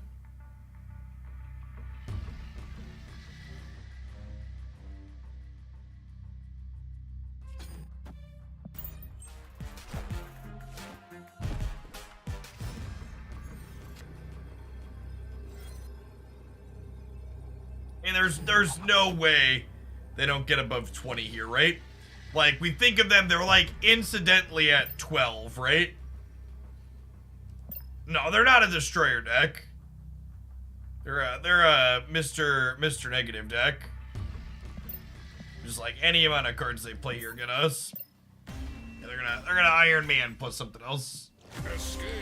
They don't even need something as strong as Iron Man. They just like sneeze and those cards over there beat us. Yes, Dr. Octopus is all variants.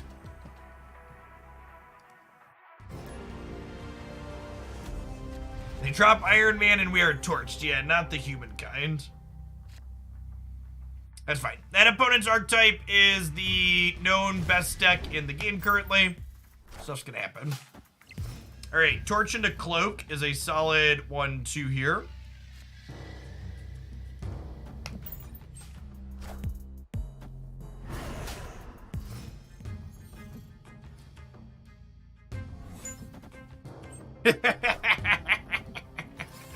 Okie doke, everybody clench.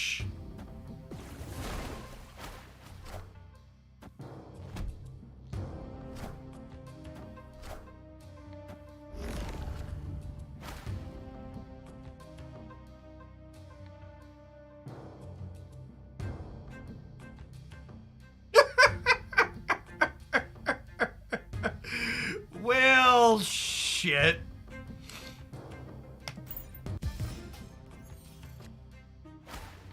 Opponent snapped.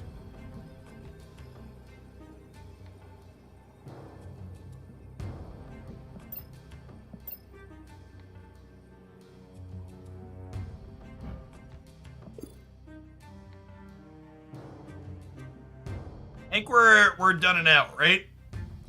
I can Nightcrawler into the Sanctatorium to tie that, I suppose, but I don't know how we're winning Sewer System. And I have to draw Nightcrawler exactly next turn. And and that's only 20% to happen. So I don't think we stand a 20%er. Escaped.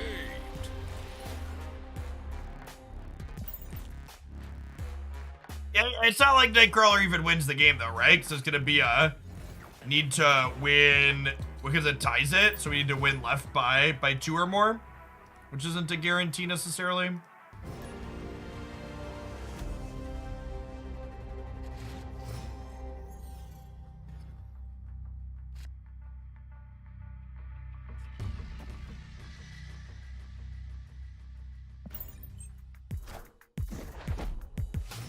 Okay, so we have our Miles along with Nightcrawler here.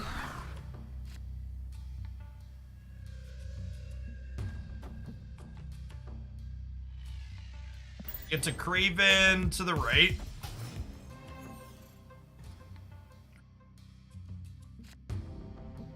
Okay.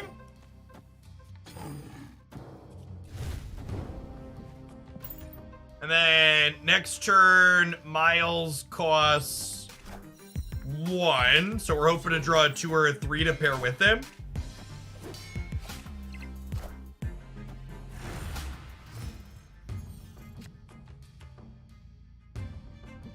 And again, like, the Miles enabled didn't actually do anything here, right? Like, because it's my only play this turn, I effectively didn't get any bonus from it. I'm like playing it as a 4-drop.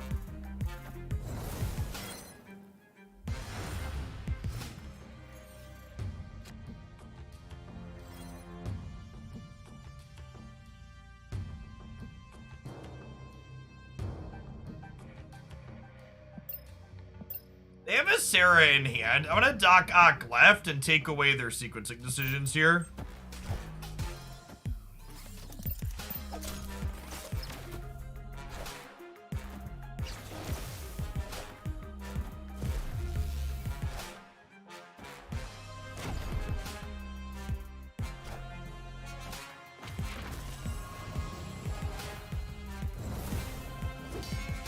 Yeah, this is fine for us.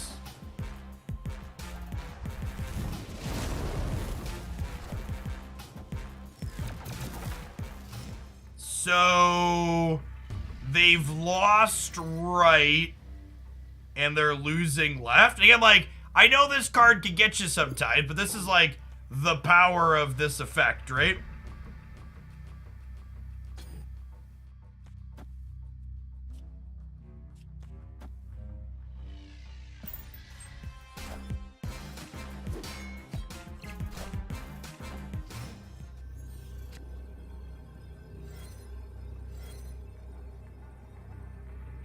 Getting to take Doc Ock really accelerates against the decks that are going to empty their hand against you regardless, because he takes away the agency of how they get to empty their hand.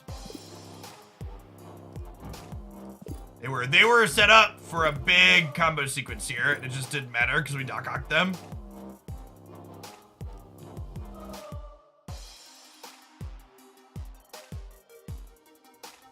It's one of those cards. Yeah, man, this is one of my favorite cards in the game for sure. It's like a really powerful disruptive card that you also just like should never play in some matchups because it's bad if they're not going to be emptying their hand.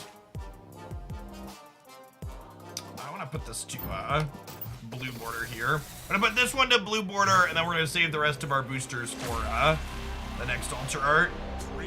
We'll get down the line.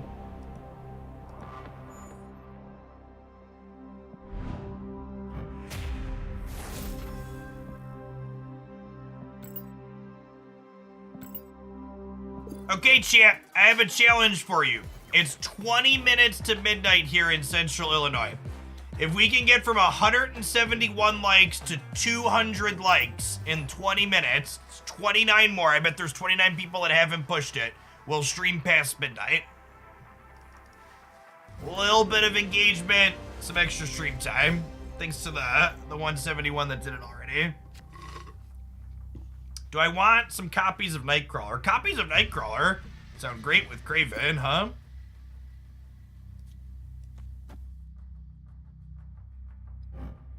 Because then wherever this copies to, we'll play Craven in the other location.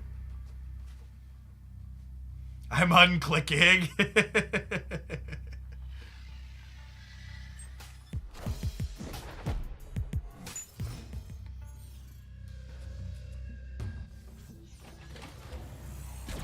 That's a lot of power.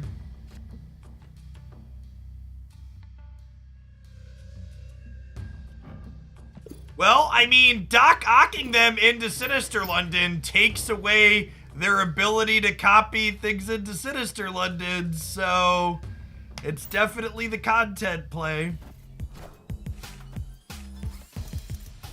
Come here, friends.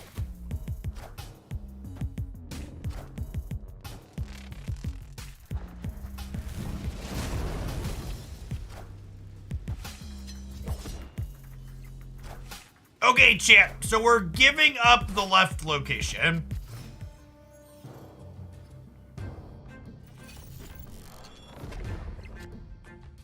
We're giving up the left location.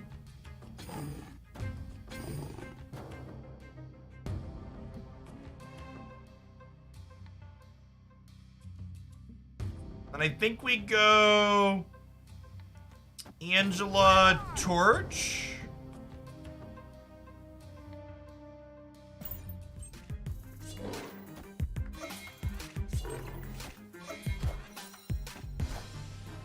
Yeah, Missy with Torch is great. Am I giving up the left? With the human torch, you might actually be able to fight over it. If I go Cloak here, and then we Craven plus human torch over here. Craven counts himself, I believe. So he'd be 10, and this would be 8. So that'd be 18, 60, that'd be 34 here. I think we can play for Limbo, actually, with the cloak play.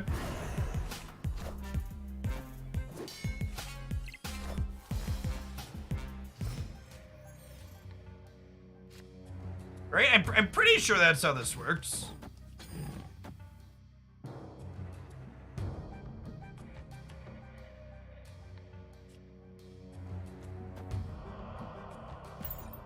Arrow right. Grab whatever they play.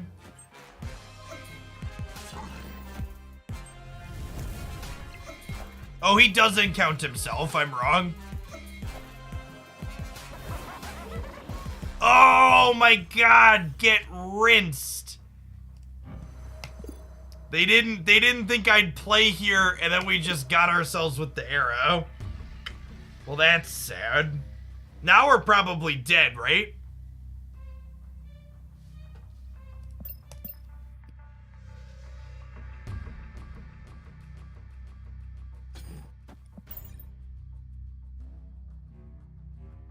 Oh, that was probably a bot play. Yeah. Wait, the bots are bad. They played Daredevil. We take those.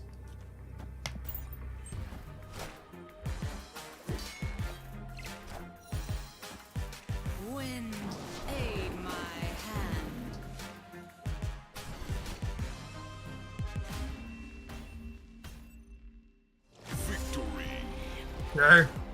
Sure.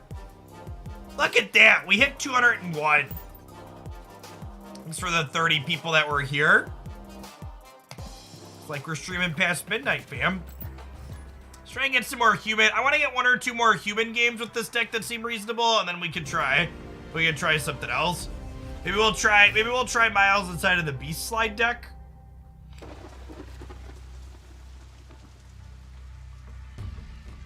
Raft aim. I'm chilling on Iron Fist for now. I want to lead Angela into the raft, I think.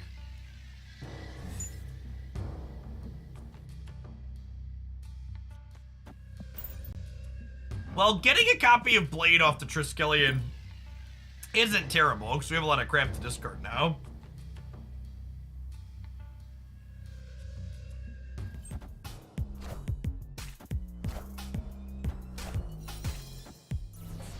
What? Oh, the Yellow Jacket Adam Warlock Raft combo. I'd say that's good deck building, chat, but that's not what this was. Are they gonna fill the raft here? The snap feels like they're about to fill the raft. Oh, wow. Wow, that's good RNG.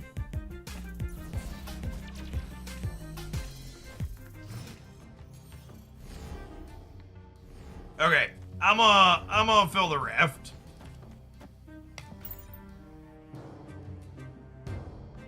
I'm sure they're also gonna fill the raft, but then we both get a free thing here. My free thing was not great.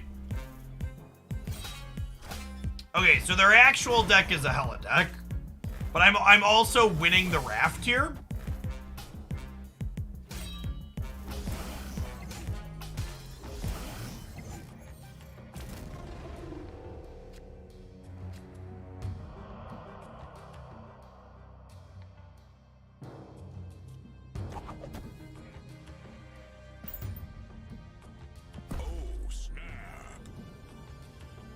Snap here. We're winning the raft, and we got a free 6-drop. They might bounce here and give us cubes. Time for. Unfortunately, I can't dock this turn because of the dream dimension. This is probably a game I don't want to dock, right? Like, their hand has 7 cards in it.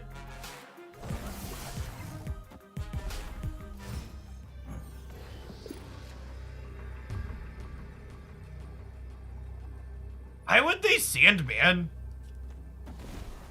That seems terrible for them.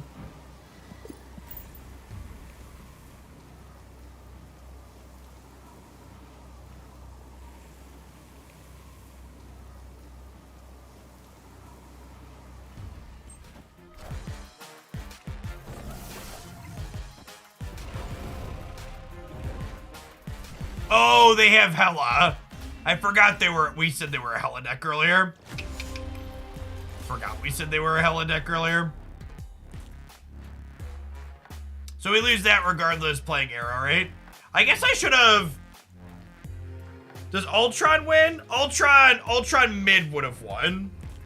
But I guess we can't know that that's how they're gonna... No, Ultron mid wouldn't have won because of Captain Marvel, right? Yeah. Alright, the Sandman makes more sense to think of a Hella on the last turn. The fact that they rolled a Gambit at random in their Hella deck is such a bad beat.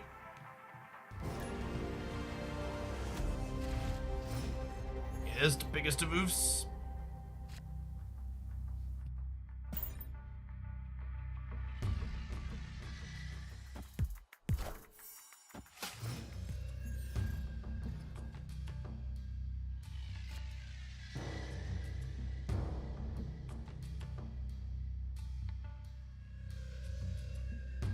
Really want to play Kraven or Angela into Sinister London. Just gonna play her right.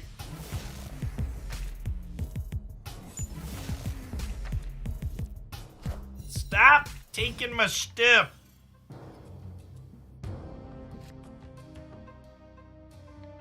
Well then.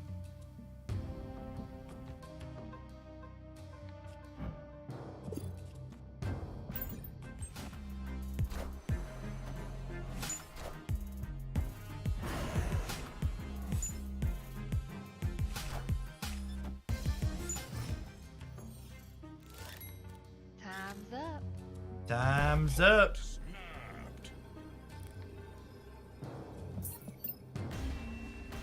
TVA is one of my least favorite locations.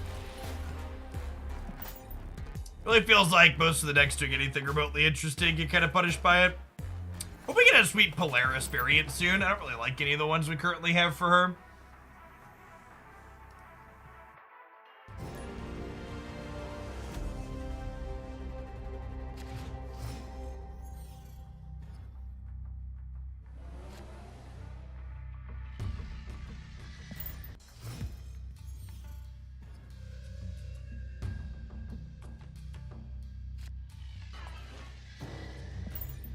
I guess we get to Cloak into Torch next turn, which is Cloak Torch next turn, which is nice. And that sets us Miles for the following turn.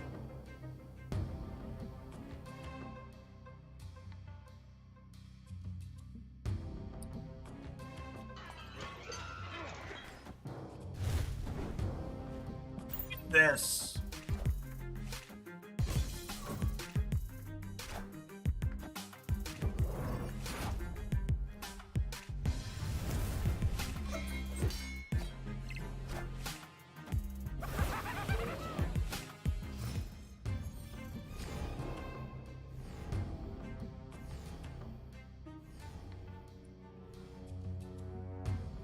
We can go this here, into this here, into Cloak here, and then I could pull the Green Goblin into Nidvaler, and I could pull the Human Torch into there as well.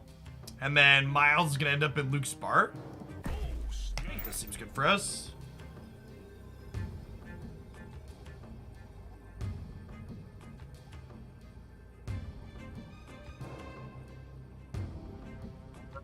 Fist pops back up into our hand again.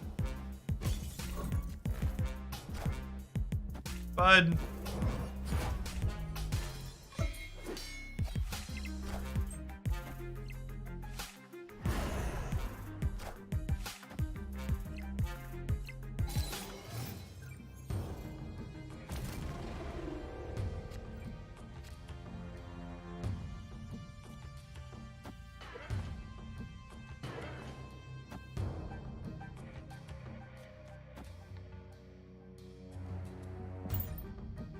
I think we're playing for the Dream Dimension this game. Arrow into Luke's bar could be good. Yeah, if we have priority. If we have priority, Arrow into Luke's bar is actually really funny.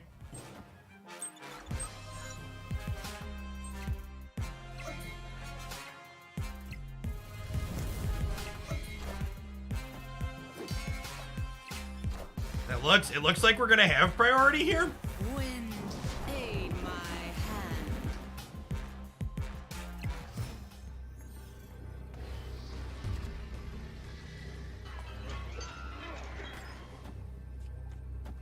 So, because we have priority, we know we have priority because our name is gold, we're winning 2 of the locations. We get to arrow here into Luke's bar. Oh, they retreated. So yeah, so if you arrow before their cards flip up, they'll count as being played in Luke's bar and they'll all get sent back to the opponent's hand. But the inverse of that is true too. If you arrow when you don't have priority, the cards will get moved over, but they no longer count as being played because they were played at the original location they were out. So her impact is different in some niche spots like this, depending on who has priority to flip up first.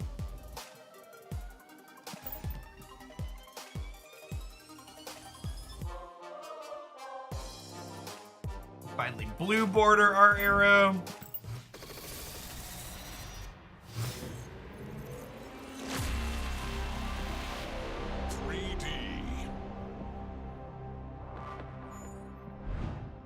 Yeah, the things that, the decks that like screw with your opponent's board, either fill their spots or move their cards around, tend to have some of the most interesting snap gameplay, because it's a mechanical axis that's very unique to this game design.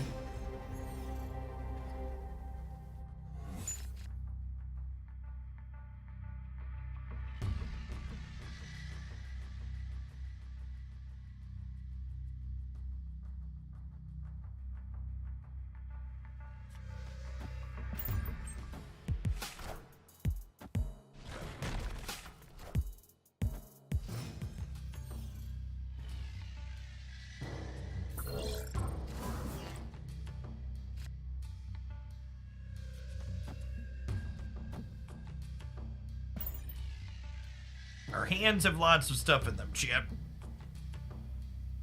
Get the flame on here. Hopefully we draw Miles Morales next turn. Then we'll get to Cloak plus Miles on 3 would be great.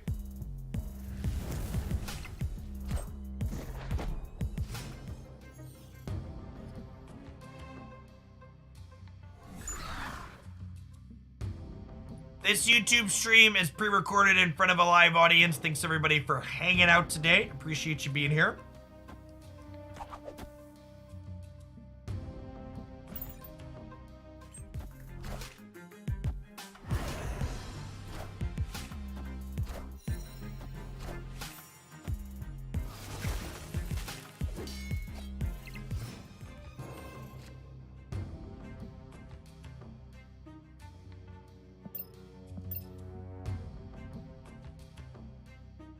Odds Morph ends up being good here. Probably low.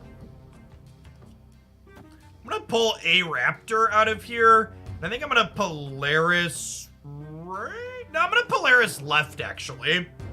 And try and fill this Angela location. They might pull stuff out of here. So getting to put more things where Angela is ideal so they can play fewer cards to pump her up.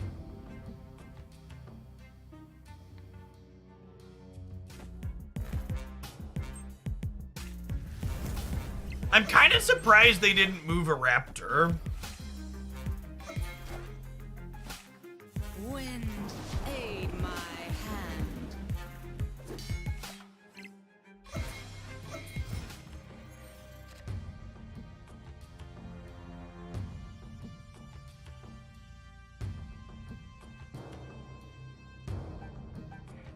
Okay, so if I Falcon this turn, I pick up all my 1-drops, which means Human Torch and Iron Fist come back to my hand, which means Iron Fist can kick Human Torch to the left and make him 16 power somewhere.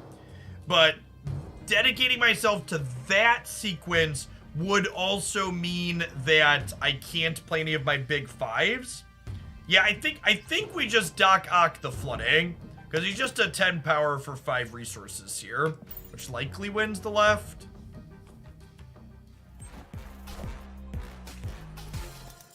Really, they played nothing there.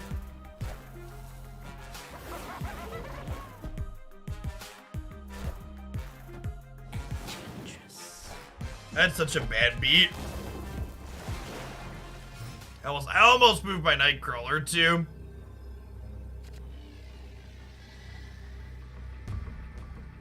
Unlucky. Could just bounce here, right? That's so close to being a good game too, and then we lost the 1 and 4 on Doc Ock.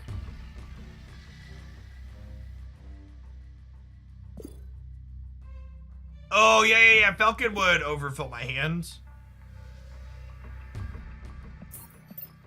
Is there a tutorial for what you're currently watching? There's a tutorial in the client itself if you sideload into Snap. If you're looking for a quick how to play video, there is a 5 reasons Marvel Snap is awesome video. It should be the first video you pull up on this channel. It's the splash video for new subscribers or viewers here. And I go run through the basics of how the gameplay mechanics work in that.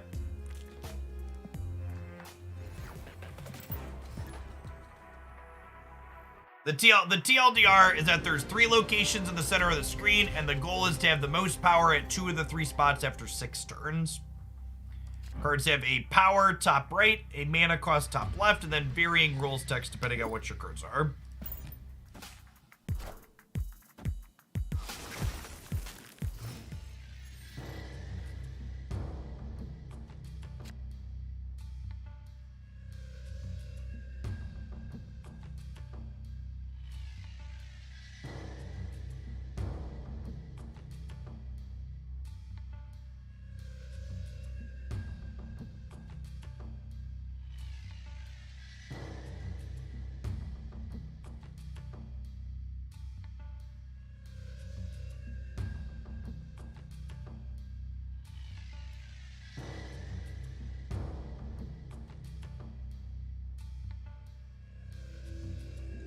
Am I playing Cloak here? Probably. Sure.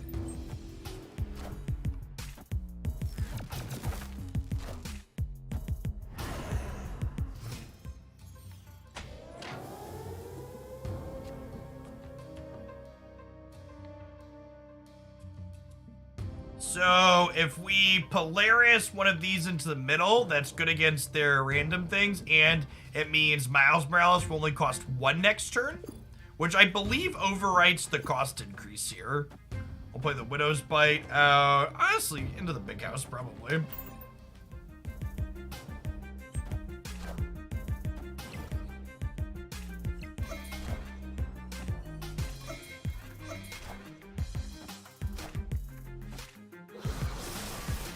Hey, we pulled the Black Widow out of the Carnage here, which is great for us. And Necrosh is still here, which I think is also good for us overall.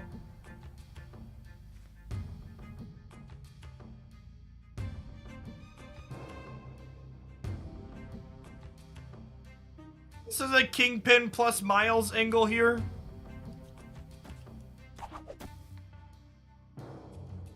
Huh. I wonder if we Kingpin mid, actually, so we can arrow it on 6. I think that's actually the line.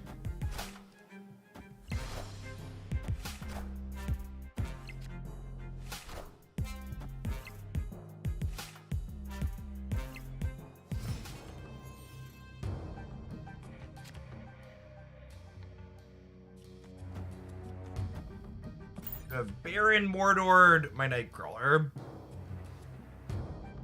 Snap here. I think we're ahead.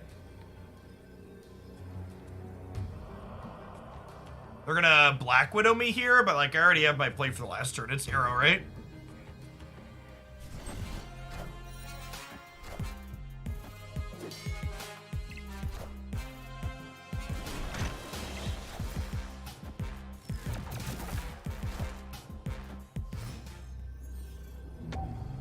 I'm like, the Widow's Bite actually adds 2 more power here for Angela.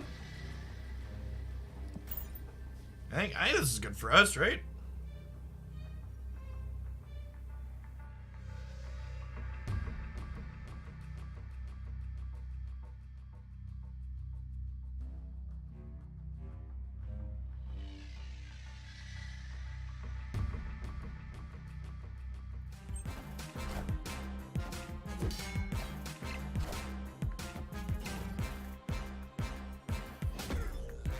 Long, bud.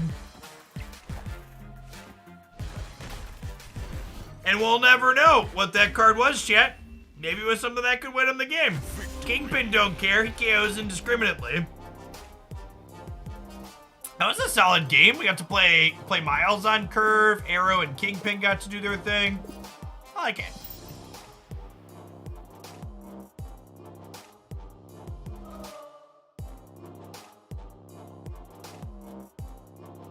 The strongest deck in the game is the Mr. Negative Sarah deck.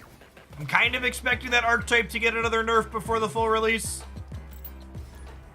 Yeah, I think that deck is a solid cut above.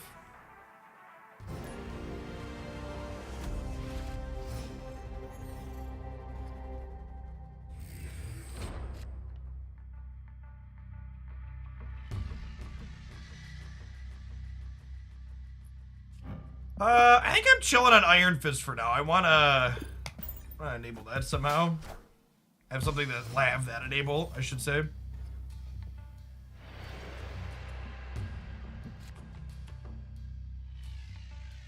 Do I just play Cloak for stats? Probably.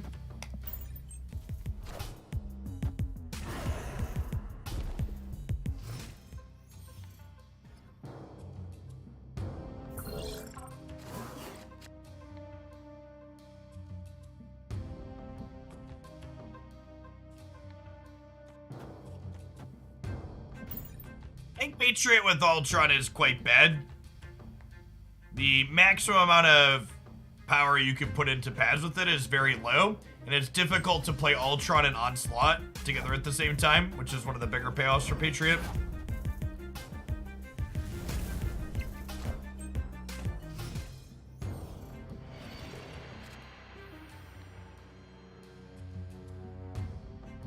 Okay. Let's do this. Puts 10 power over here.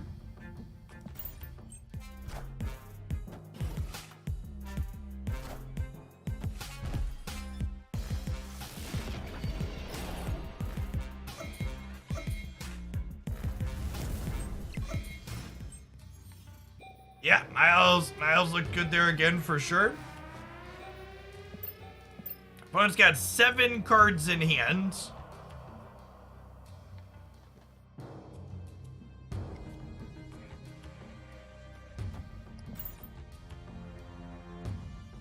Roll the dice.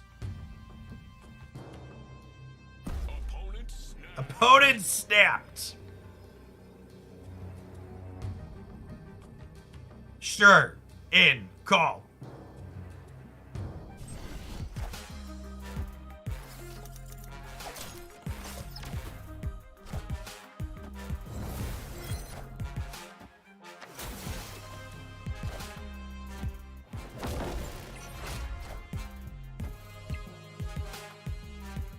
Okay, magic here is low-key kind of great for us, right?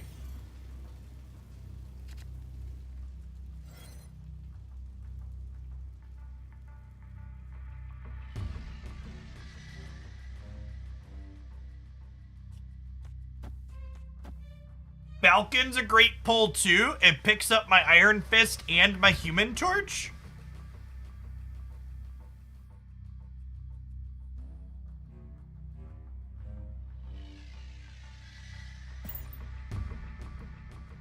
I am supposed to play Medusa out somewhere here. Oh, we might want to play her mid on the last turn. We'll see how this goes.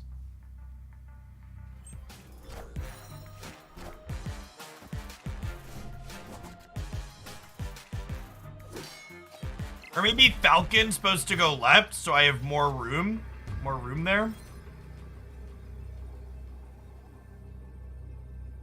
Yeah, Falcon's probably supposed to go left, right? So I'm winning left. The problem is I'm gonna lose center most likely. I guess I can have the Human Torch end center for 26 there.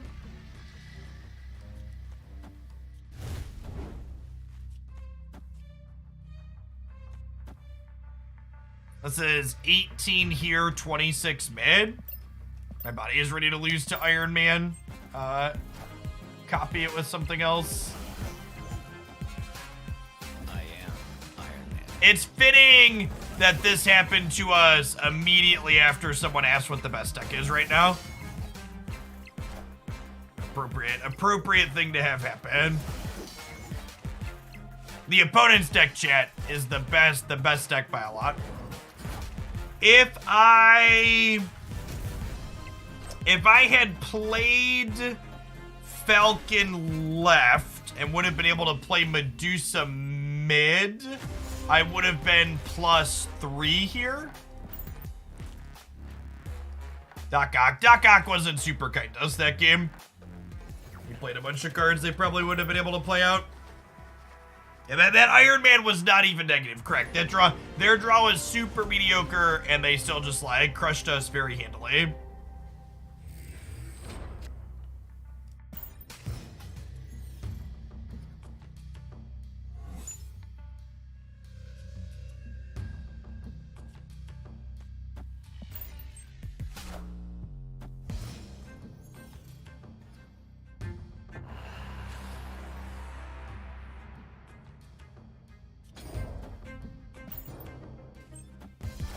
Oh, I guess I could have saber-toothed in the Death's Domain.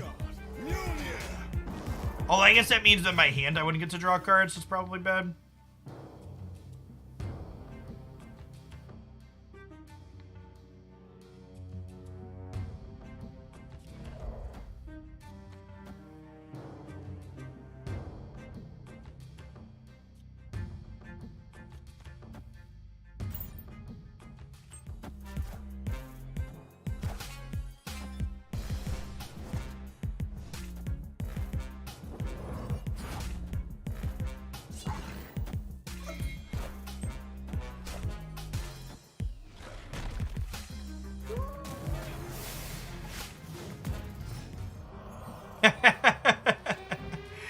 Well,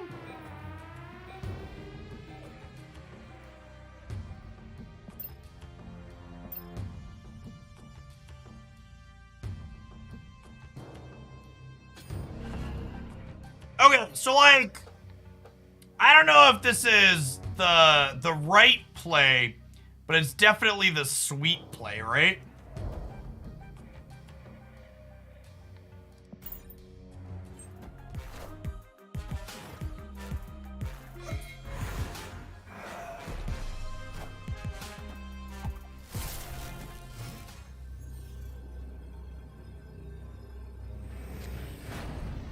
Wait.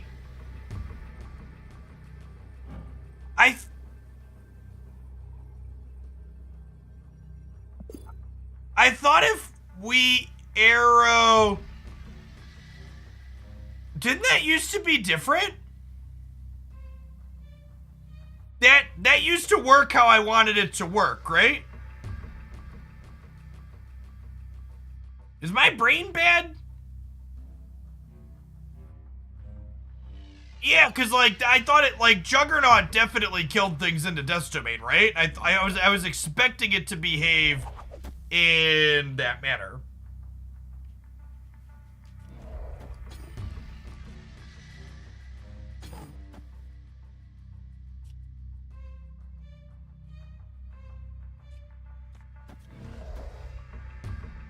I mean, I think we're fine and we're gonna win.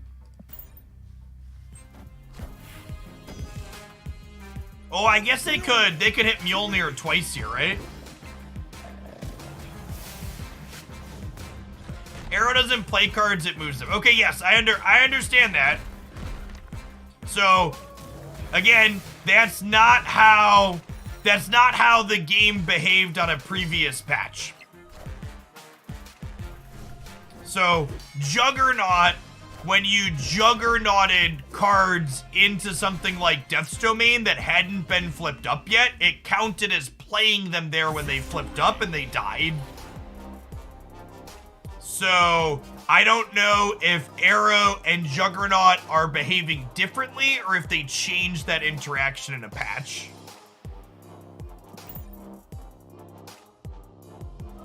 It used to differ depending on whether the cards flipped up first or second. Yeah, we talked about it with Luke's Bar earlier, because it used to matter whether the cards flipped first or second, but maybe they changed it so it just never matters for the sake of consistency. So I don't know if it's actually inconsistent, because they might have just updated how that interaction works.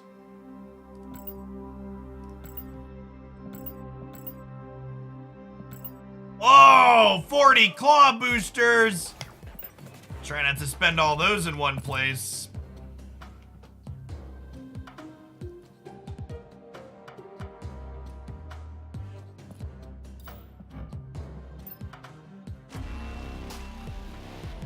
They changed it. Juggernaut doesn't do that anymore either. Okay, good to know.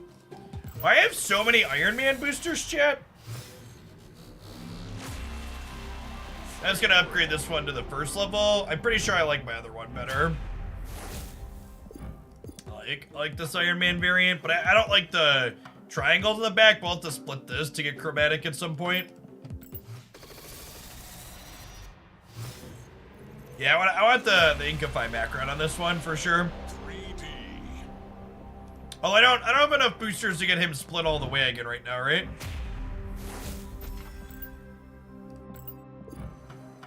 It's 105. I need 20, 30, 40, 50. I need 140 to get him upgraded still. So we're 130. We're 35 off.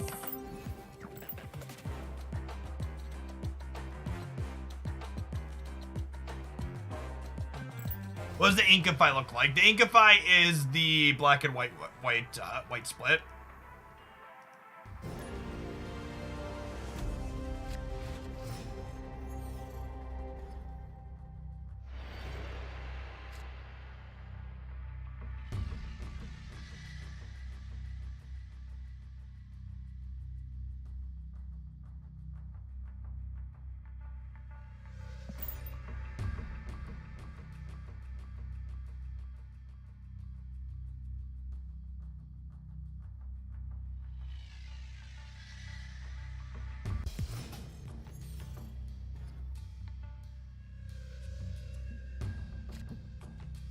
There can be only one.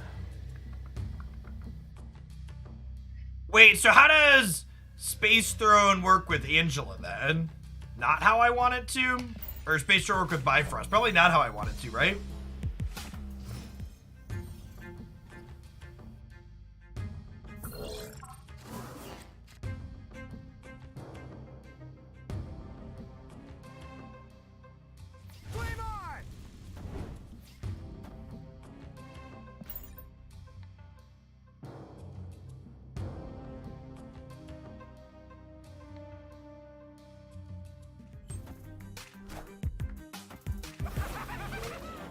Polaris the Daredevil into the Space Sword. That's not a thing we can do yet because of the Bifrost. Well, I guess we can Polaris the Daredevil into the Bifrost and then it slides over. Yeah, that works.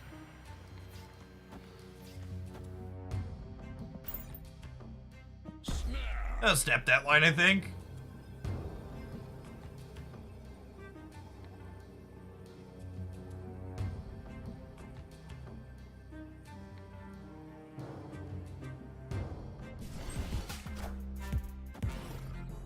Oh, now whatever they played here ends up in the space turn, though, right? That's fine. Polaris is probably still bigger.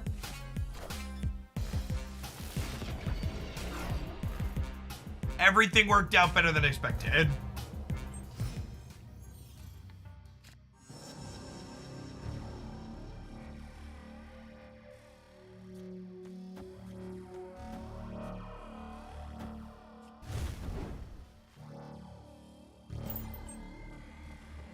Let's look at some stuff to chew on with the Daredevil here.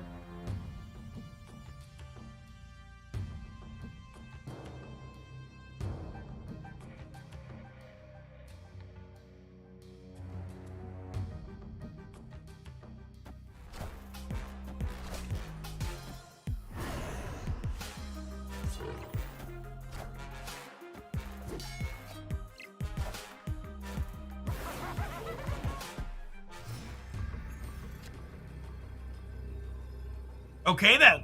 So we're torched then? Opponent snapped. Yeah, I'll bounce on that. Solid Daredevil play. Would you recommend as a first deck for someone coming into Snap? The Blue Marvel Onslaught deck we played a little bit of, I think is one of the best decks right now that's probably pull 1, pull 2 only cards. When we get a little bit closer to the full open beta release, probably like the 14th, 15th, 16th, 17th, look for new pull 1, pull 2 only decks that'll be posted on this channel. So there are some pull 1, pull 2 only decks up here now, but they've had cards get balanced in them since I posted them. Is something to note.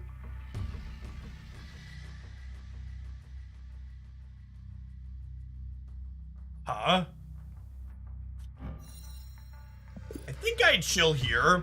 I think I want to torch an Iron Fist after I Angela.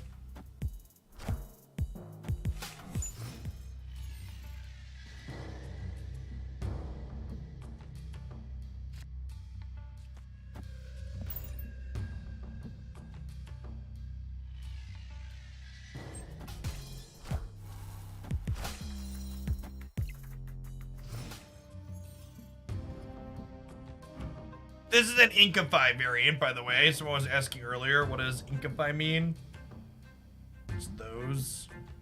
The card is moved here, destroy it. Yup.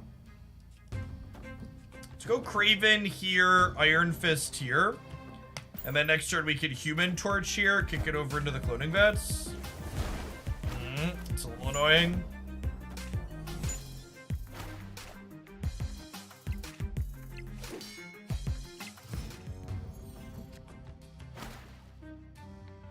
Opponent snapped.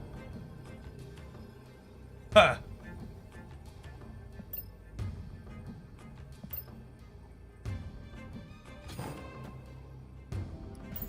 Duck. Oh, I should have duck. No, I want to duck here. It would get moved over, but I don't really want to fill Ninvler, I don't think. We'll fill the vats. So I'd be playing into vats as is, anyways. I'm just gonna grab the Shang-Chi out of their hand. Okay, so this is definitely a cheating bot because it played Shang-Chi here knowing that Doc Ock would pull Shang-Chi. That's fine. I think we have a chance to win this still, but it's kind of funny in a sad sort of way.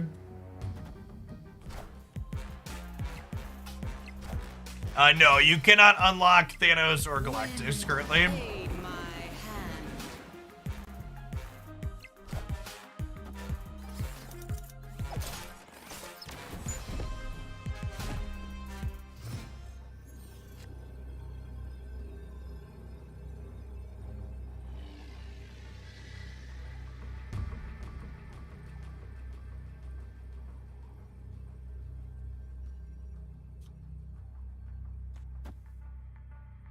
Polaris right. Crawler mid, Craven left.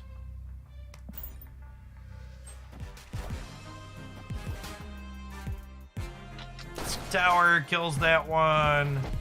This adds me 4 more power here. Front.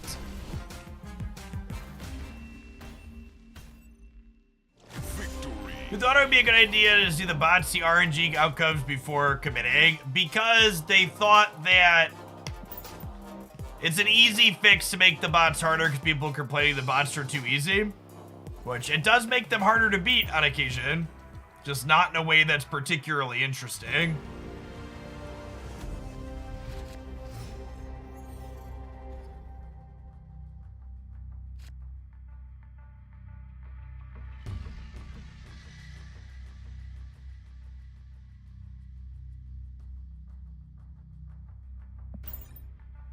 Chill for now on the Iron Fist.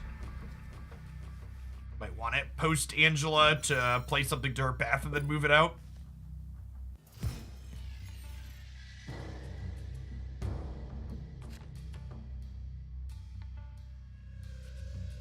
Doing ongoing effects doesn't really do anything for us. Also might be gone here in a second. Does this game need bots? I thought the player base was pretty good. What made you think the player base was pretty good in the game that you literally can't go and download and install from the App Store yet?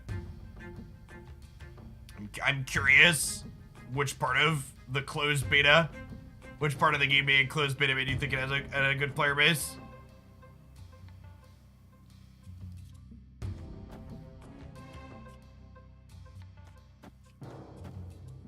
Do this.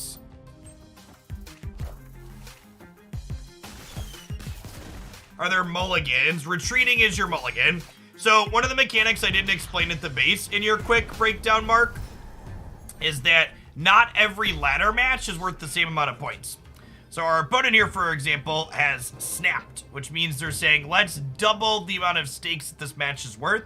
I think I'm actually in a pretty good spot, so I'm okay with that doubling up. Let's Falcon here. We'll kick this up, pick Iron Fist back up, and then we'll cloak right.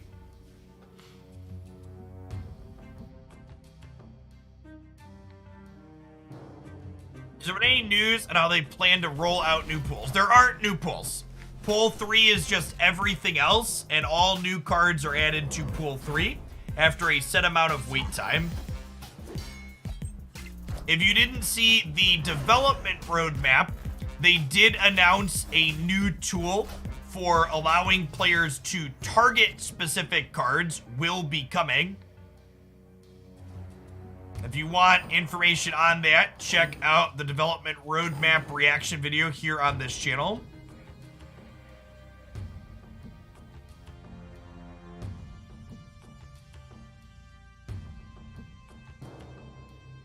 They announced Pool 4 and 5 today? Well, fuck you, chat, earlier. I literally asked someone, is there new information in the video posted today? And chat said no. This is what I get for trusting live stream chat.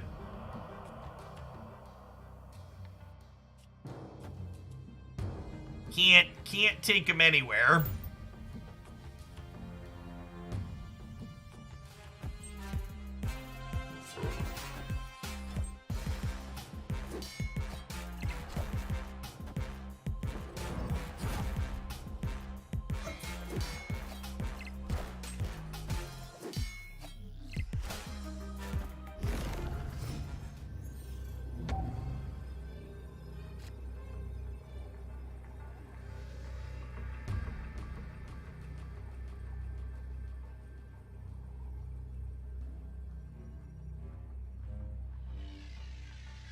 What does Series 4 and Series 5 mean, though? Does it mean they're cards you only get once you have everything else? So, like, you have to finish Pool 3 to get to them, just like you have to finish Pool 2 to get to 3?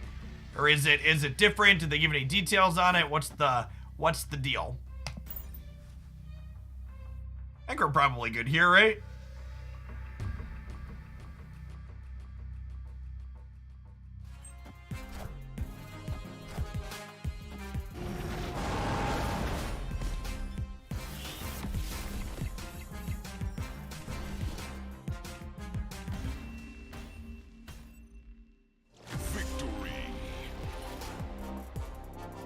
Oh, we could have arrowed with Kingpin too. That's fine. It was a cheating bot, so it didn't matter. We had him locked either way there.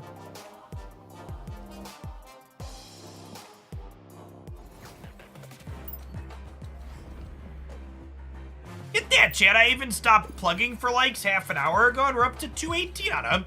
I really appreciate the engagement. If you enjoy someone's stuff, even if you can't monetarily support, engagement, comments, likes, stuff like that, all of that helps it reach more people. If you enjoy my stuff or anybody else's stuff, feel free to make sure to do that. You want to help them grow? Well, fair is fair, I suppose, right? Stereo for Spider-Man.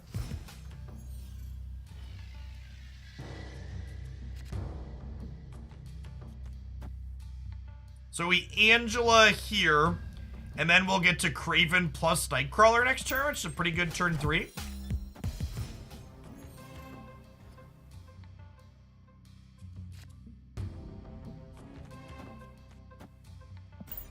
And then Falcon's gonna get to pick Nightcrawler back up to run that line back.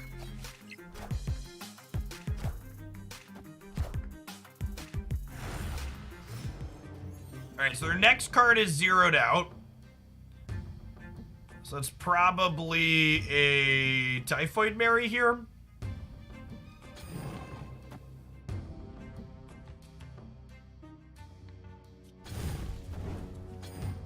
It's gonna Polaris mid, I think. Although I guess Murray Isle's about to move, huh? So maybe we Human Torch mid as well, since this is about to move. Yeah, I like it.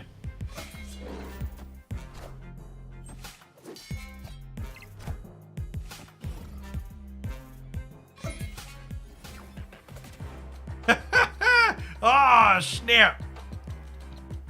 Take a Prime sub. Thanks for dropping that off. That's true. We're not currently streaming on Twitch yet, but if any of you have Amazon Prime and you want a free way to support my content, you get a Twitch sub every month with your Amazon Prime.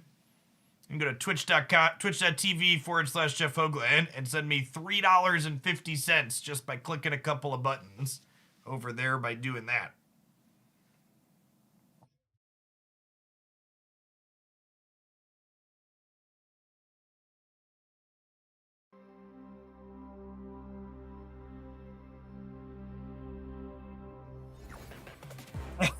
And hey, look, I actually don't have YouTube integration set up yet, so when you do that, these are Twitch notifications that are my thing still. Need to take the time to get real YouTube notification set up sometime soon. Alright, turn 5, we drew Kingpin and Falcon, which is kind of great. So we'll Kingpin there, and we'll Falcon here, picking up Torch and Nightcrawler. And Typhoid Mary went right, which is kind of a location we're punting anyways.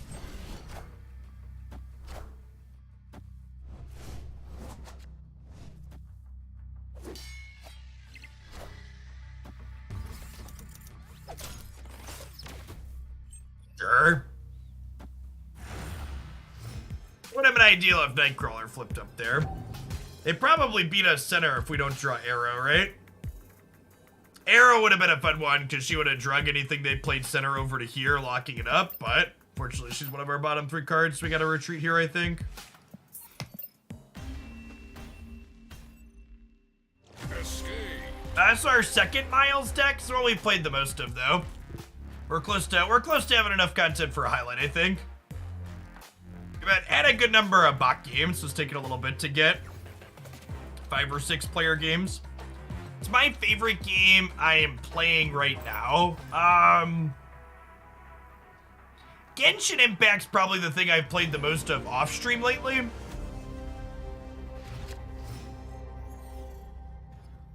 I'm really looking forward to the Snap release because a big part of why I've played less Snap off stream these days is because not only is my collection complete, but I just don't find playing against bots particularly satisfying. So outside of doing it on stream for content purposes, I don't really have fun with it off stream. But that's just something that like the player base getting into open beta will like organically solve. It's not really something they have a huge amount of control over, so I don't really fault them for it. I'm chilling on Nightcrawler for now. There's just like upside to holding on to it if we find an Angela down the line. It's a cloak. Central Park cluttering things up is awkward. It also makes Falcon a good bit worse here.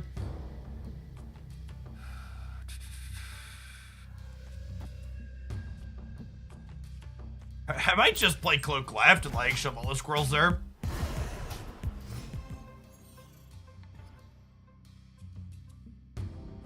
Do I play any magic off stream? If I am being completely transparent and honest, if Magic the Gathering did not literally put a roof over my children's head, I probably would never touch it.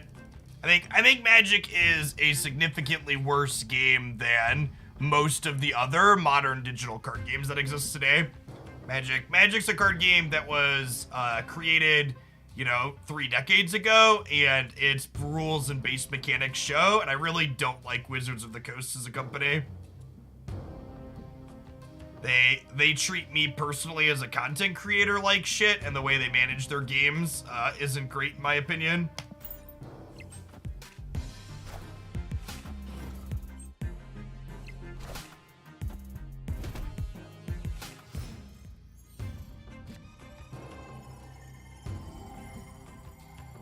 There's a good chance we lose Hala here long term, just because we only have 7 power there, but like we shoved all the squirrels over there for a reason to try and play to win the other 2 paths, right?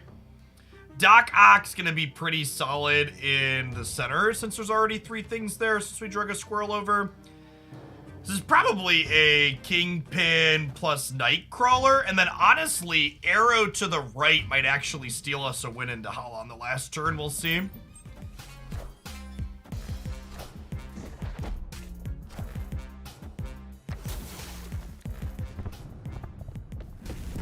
My client crashed in the last game, Big Al, when the locations moved around. Apologies for that.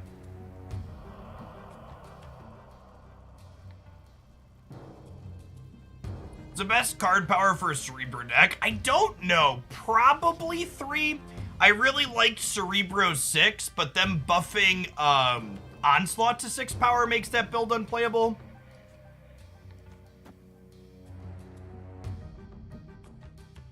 I think we Doc Ock middle.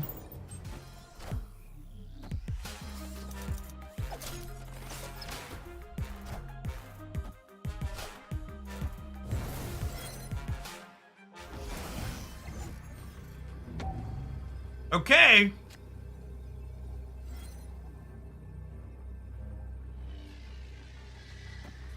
Okay. Survey says I'm gonna snap.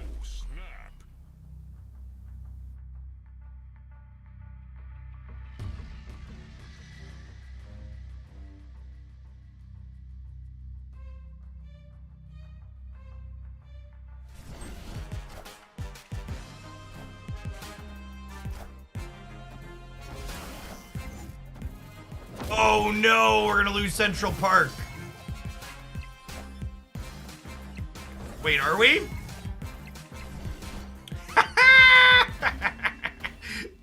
Got it by this much.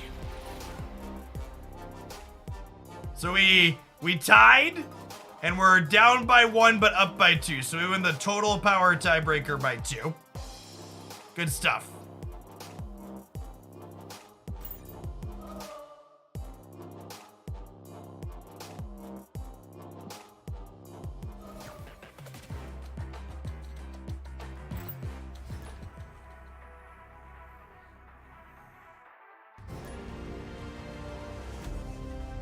I think that card back should be pay only. I don't really have a strong feeling about monetization stuff.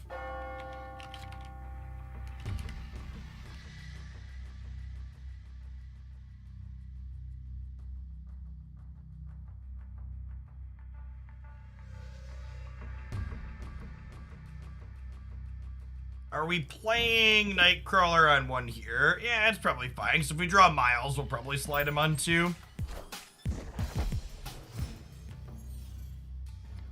Yeah, Ziv, I told chat if they got us to 200 likes, I'd stream past midnight, and we're currently at 228. So I don't know how much longer we stream, maybe like another 15, 20 minutes or so. So we're coming up on 1 o'clock my time, but I think I slide Nightcrawler, and then I Falcon pick Nightcrawler up, just so if we draw Miles next turn, we can play him.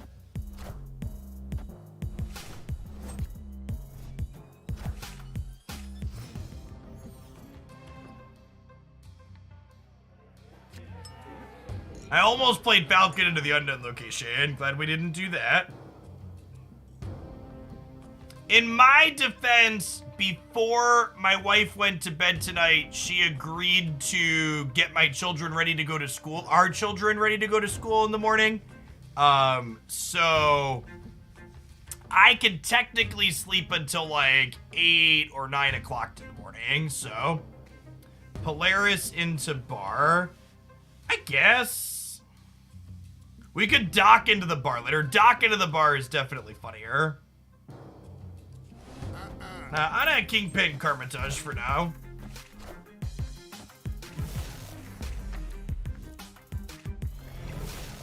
Alright, they've drawn a couple of cards off my deck.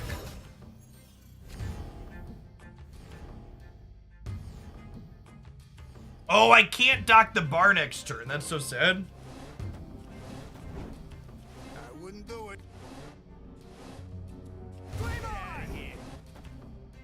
Dream Dimension's annoying.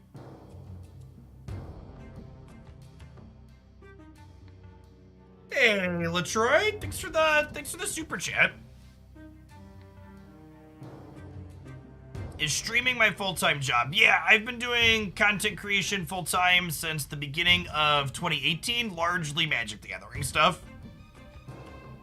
So it is provided. I've been doing streaming and various content stuff for card games and other things for the better part of a decade now, since like late 2011, early 2012.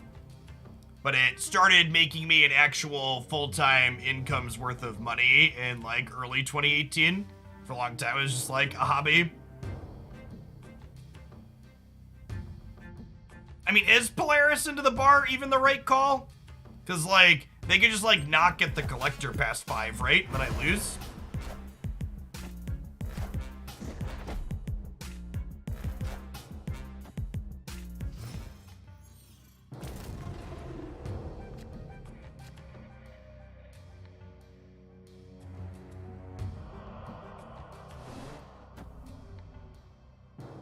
I guess we just Polaris here for stats.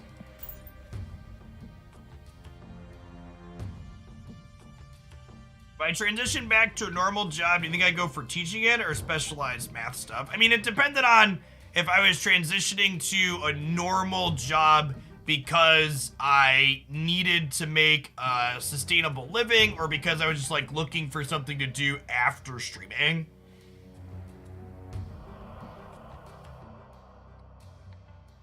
Yeah, you can literally just rewind this live stream using the navigation underneath it, Ziv. It's way cleaner than Twitch.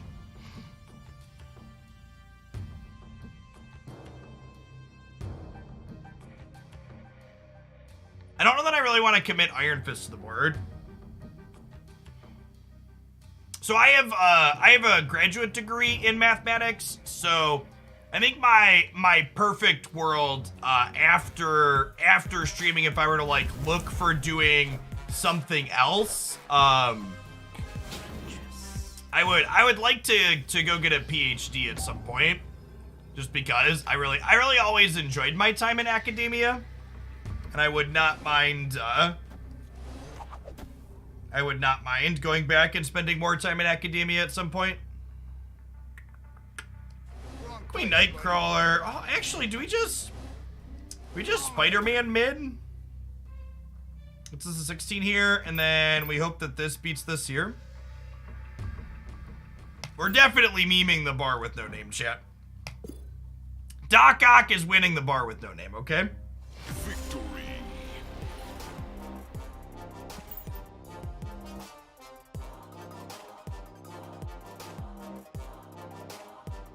Used to teach math, yes. Yeah, I taught and tutored mathematics at the college and high school level. And for some of the college math classes I taught, chat, as an adjunct professor, I made upwards of $1,500 to teach a class for an entire semester. It was tough to start turning that money down when streaming became a full-time job option, but we managed to do it. I always feel like when I tell people that streaming pays more than teaching that I have to follow it up with the details that we pay teachers like shit in the United States. It's not difficult to get paid more than an adjunct college professor. All right, again, I think we just chill on the Iron Fist on one mostly. We're waiting for that to be an enabler for the Human Torch if we find him down the line. I might play Cloak out though, just because not spending 2 mana now is awkward later. I guess I had Miles Morales in hand already. Maybe I am supposed to play this on one simply for enabling Miles. It could be correct.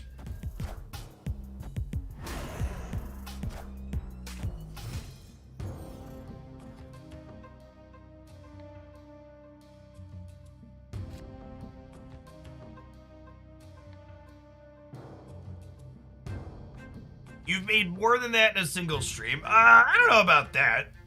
I mean, I live full time off of my content, chat, but I'm like card games aren't exactly ninja money.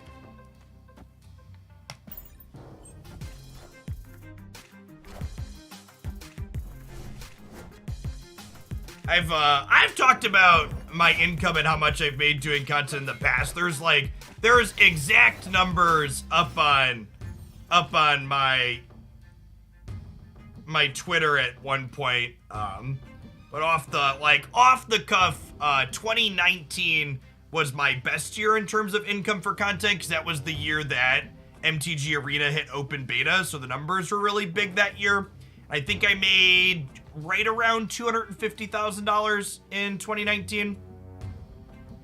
I've made less than that in subsequent years, but I live in the cornfields, chat, so like making 100 grand a year in the cornfields like goes a really long way.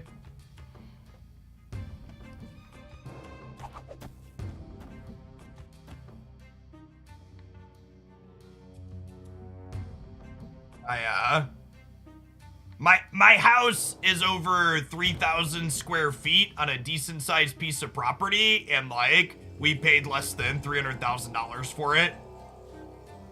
It's like so much cheaper than living in a big city.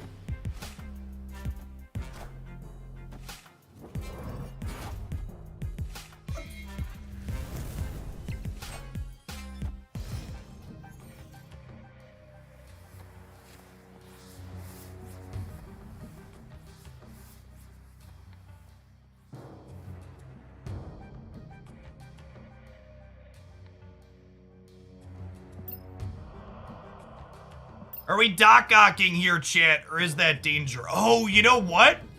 They could be the Destroyer deck, right? Bucky and Warpath and friends? We should totally dock-ock them if they could have Destroyer in hand. Yeah, okay. Yeah, I'm gonna dock-ock New York, actually. Do I? Now, maybe we do it here, so that way we pull things out and then the Destroyer gets them. Alright, YOLO.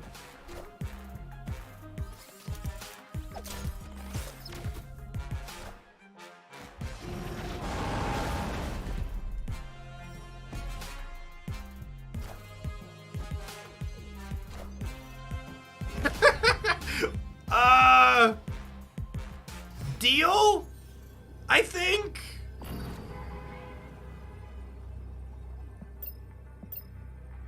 And then we arrow in the center, so anything they try and play here to win, we pull center.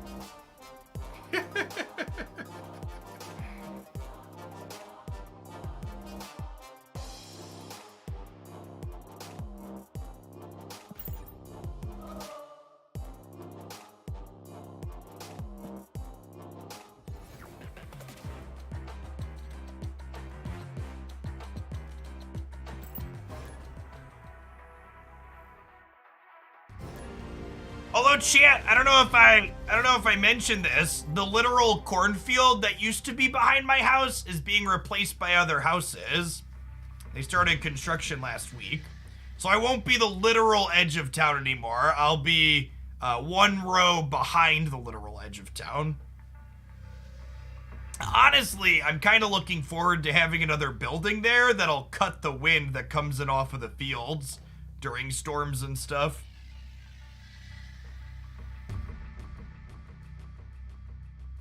So no joke, there was actually a boomer that walked door to door in my neighborhood trying to get people to sign a petition to deny the zoning to build houses behind us because they were worried about their property values. I told them to not so kindly fuck off.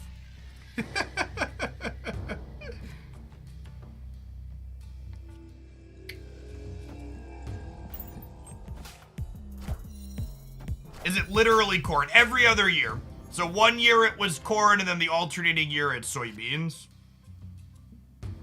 But yes, when I say I live in the cornfields, I mean literally cornfields. All right, let's Craven. No, let's Craven here. And then we'll Iron Fist here. So that way we could go here and then kick into Craven. So it'll power Angela, get out of her path, and then power Craven.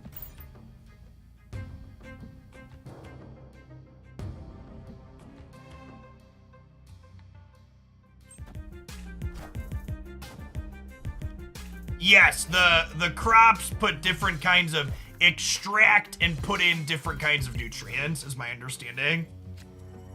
My rudimentary farming understanding. Well, this is just like gross in the best possible way. So we get to Polaris, pull one of these over, and then it gets destroyed.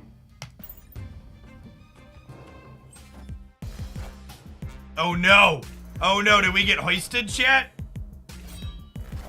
I think we're gonna end ourselves here. We actually have ended ourselves.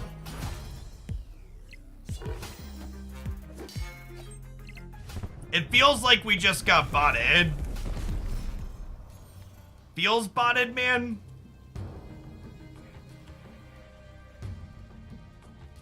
I guess we'll Doc-Ock, right?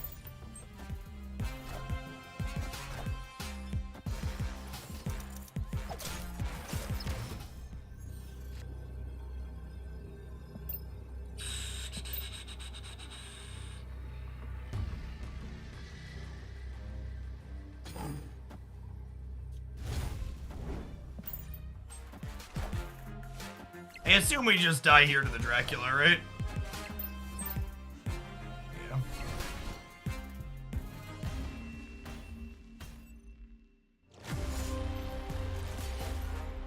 Okay, so this was definitely a bot because playing Chavez center meant that this got more power and they had more power here.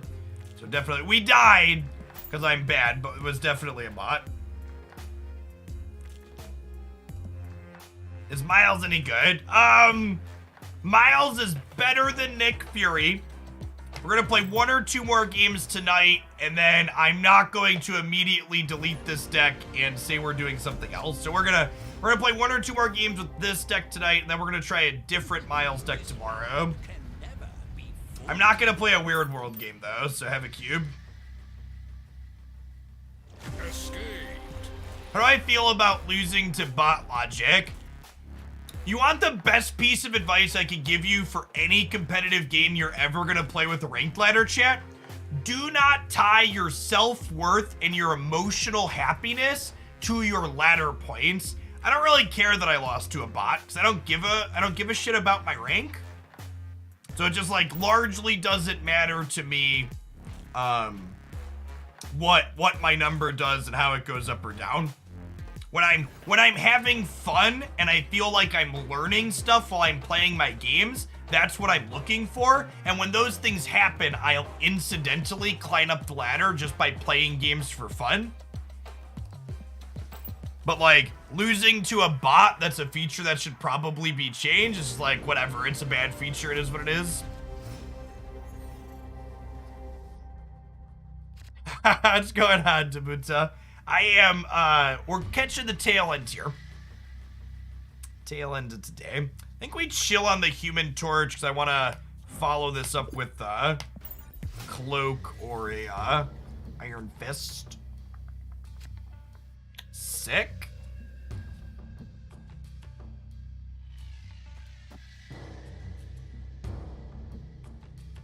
So do I Iron Fist into Torch here? And then that allows me to Angela Spider-Man next turn? That might be the line. It could also be right to Angela this turn and then Fist Torch on 3. So that way we can make the Angela bigger. I think that's probably the line. It's a little less resource efficient on 3, but it maximizes my Angela.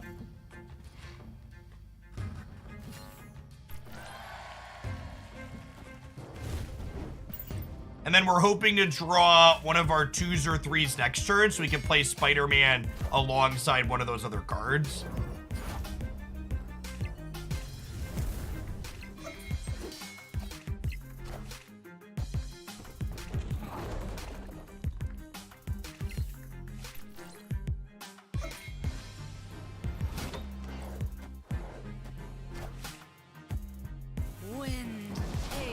I feel like Storm popping out of the expansion is a huge win, right? We definitely got the raw end of this deal, though. Hey, look, chat. It's the 3-drop I wanted for Christmas.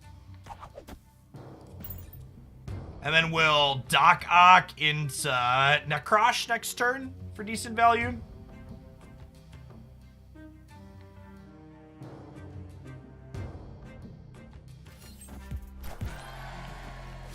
Really? They played 2 into Necrosh? That's interesting.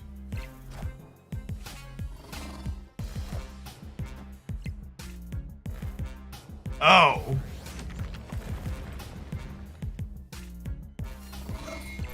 Well, shit.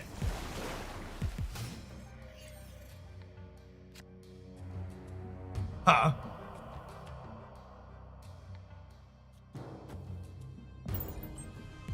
I might be dead to that quick, honestly.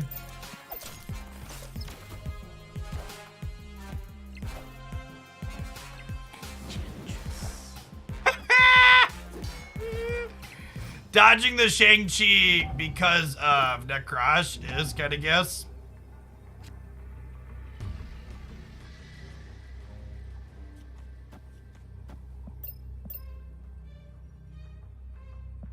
I'll stand for a cube.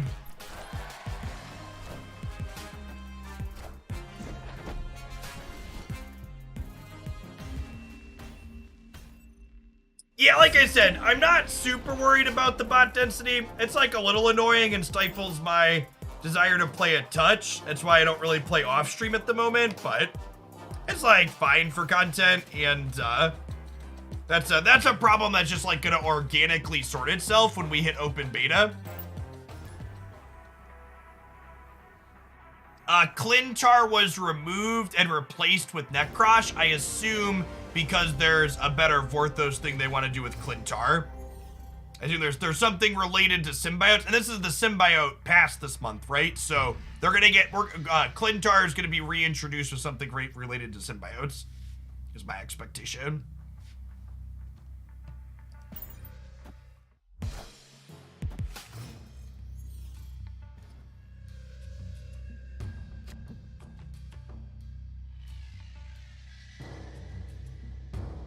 One again here? I think it might be.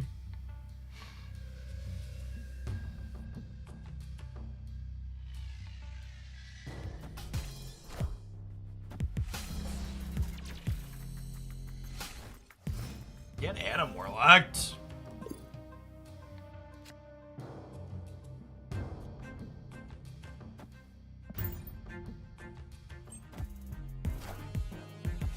Alright, let's grab Adam here, huh? Spider-Man getting hit by Iceman is killer. Look at that. We even nailed this. What a skill-based game.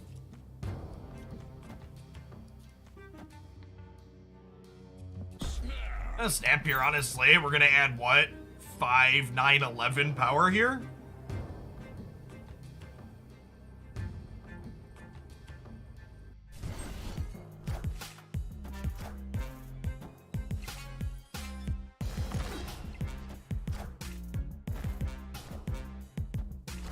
Ah, we actually lost Asgard. Was not expecting that.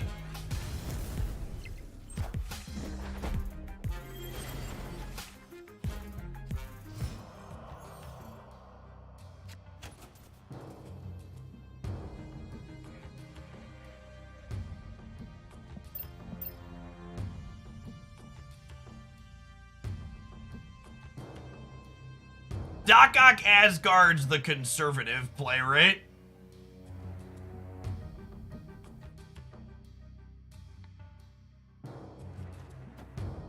Let's risk it for the biscuit. See what happens here. It's not a guaranteed win even because of Sunspot.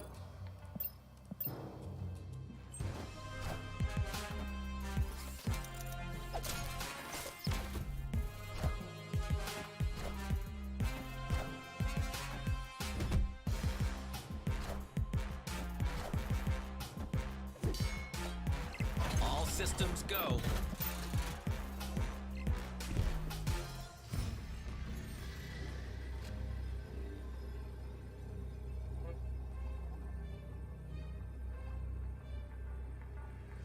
The problem is they just like soak Sunspot and then do Dracula.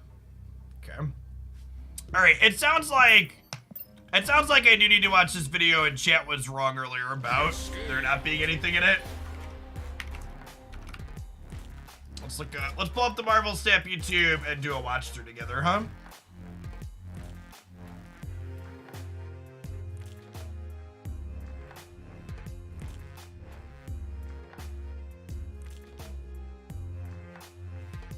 It's like 7 minutes long. Okay. Close this out.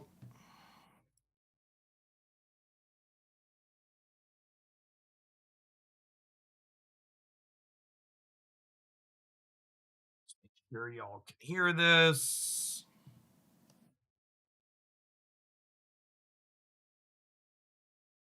You muted? I do.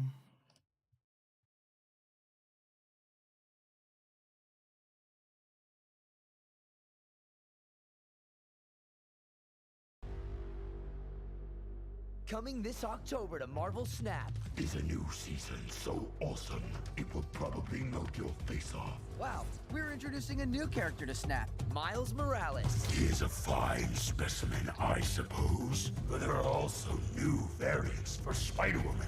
And of course, This Guardians quality, Don't production forget quality. all new locations, like the Daily Bugle, Oscorp. and the Nexus and Sinister. All amazing places to destroy. When you play a card here, fill this location with copies of it. That's adorable with Hobgoblin.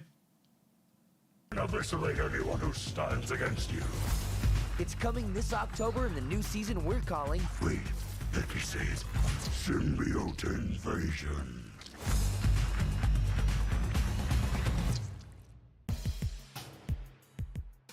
That's right! Marvel Snap launches in just a couple more weeks on October 18th. We can't wait for millions more players to join us when we go global. And from the bottom of our hearts, thank you so much to everyone who's been playing the beta. It's been so much fun to chat with players about the game and get incredible feedback, especially to everybody at the Marvel Snap official Discord. If you're not in there already, come join us. Remind them to pre-register. Okay, pre-register at marvelsnap.com. It's finally here, our first official season, and there's a brand new card, Miles Morales Spider-Man. Now it's a 4/5, and if See what they're doing with people who sideloaded it? Well, people who got official beta invites after sideloading just had their accounts transition seamlessly, so I assume that that'll be the case. the card moves last turn, it only costs 1. Now, this could be a really great counter to move decks if you're seeing a lot of move decks in the meta, but you could also All those move decks that are in the metagame shaking in their booties, chat. Miles Morales is here. move cards yourself by playing cards like Nightcrawler, or cards like Polaris or Arrow to force your opponent to move cards, making Miles Morales incredible value at only 1 energy. This is our first official season, so all the cool stuff in this season pass is exclusive to the season pass for the first time. What if they didn't play the beta? Hey buddy, you okay? Oh, yeah, right. If you haven't played the beta, Don't worry, all the stuff from the beta season is coming back into the game at some point in the future. You'll be able to collect all that stuff. Now, I had a chance to sit down with Nikki Broderick. That's a good tidbit to know. So starting with this season pass, the cosmetics and stuff in this pass are exclusive, and the season passes that were in the closed beta only weren't exclusive because they don't want people who weren't in the closed beta to be locked out of it. So get your FOMO, chat. Everybody get your tenors out and ship Mr. Broad here a tenor so you don't miss the exclusives, okay? Buy yourselves a Miles Morales and some fancy cosmetics. To talk about how seasons work and our upcoming development roadmap. Nikki, I'm excited to talk about seasons. How do seasons work in Marvel Snap? Seasons are so cool because they are jam-packed with goodies. Each month we introduce a new season for our players, and this upcoming one.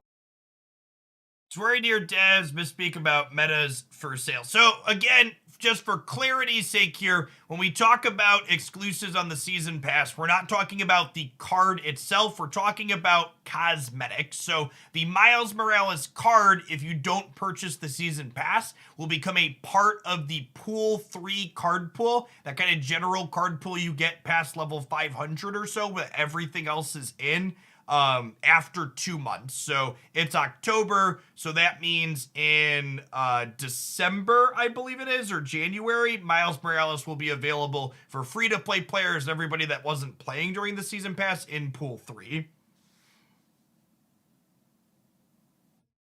One is Symbiote Invasion. I'm so excited.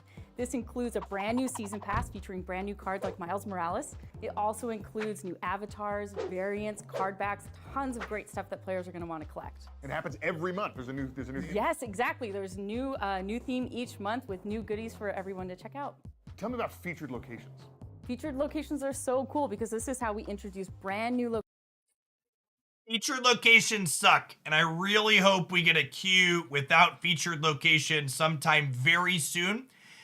When I'm playing a lot of and enjoying a lot of Marvel Snap, there have been a lot of days where a really shitty featured location came up, and I just turn off Marvel Snap and don't log in for 2 days. There have been several points where, like, we've been streaming in the evening and a featured location comes up that sucks. I literally just turned the stream off, and it's like, see you in 2 days. I think the featured location is a neat idea that they need to be more selective about which ones are featured locations, and ideally there should probably just be 2 separate queues where I can always play normal Snap versus play with featured locations. I think their current system where they pick locations like the Peak, for example, the featured locations that don't encourage everyone to play one of the same 1 or 2 decks are great. However, the Peak, where everybody just loads up Mr. Negative because it's the only optimal deck, those suck and should never be a featured location ever, ever, ever. Locations with new mechanics to the game for our players to test out. So coming up in the Symbiote Invasion, we have one of my favorite locations called the Nexus of Infinite Realities. This location is really special because any cards and power you play here is shared across the other locations. Power here is granted to the other locations as well. So this is a great opportunity to drop Iron Man and Hulk together and just watch the other locations get boosted up. Hulk is definitely the single best follow-up I can comprehend to Iron Man. Yes, I've racked my brain and thought about all the meta decks, and it's definitely playing Hulk after I play Iron Man, yes. So what locations can we expect in Symbiote Invasion? The Nexus of Infinite Realities, Bar Sinister, Oscorp Tower, Machine World, and Daily Bugle. There's almost too many to remember, bro. And what else can we expect from seasons? We have new hot locations coming in. So these are locations that our players are already familiar with, but they're coming back into the rotation more frequently to really spice things up each week. And we also have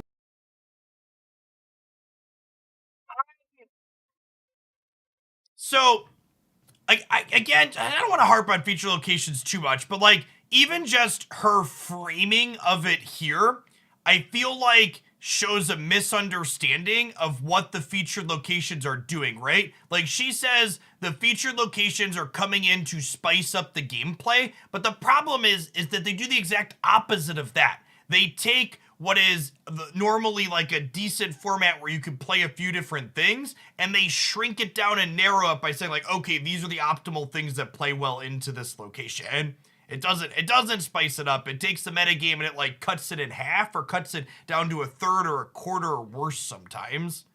I really hope that they understand what it's doing. New ranked rewards. So for our players who really love climbing up in the ranks, they get to come in and collect more new goodies.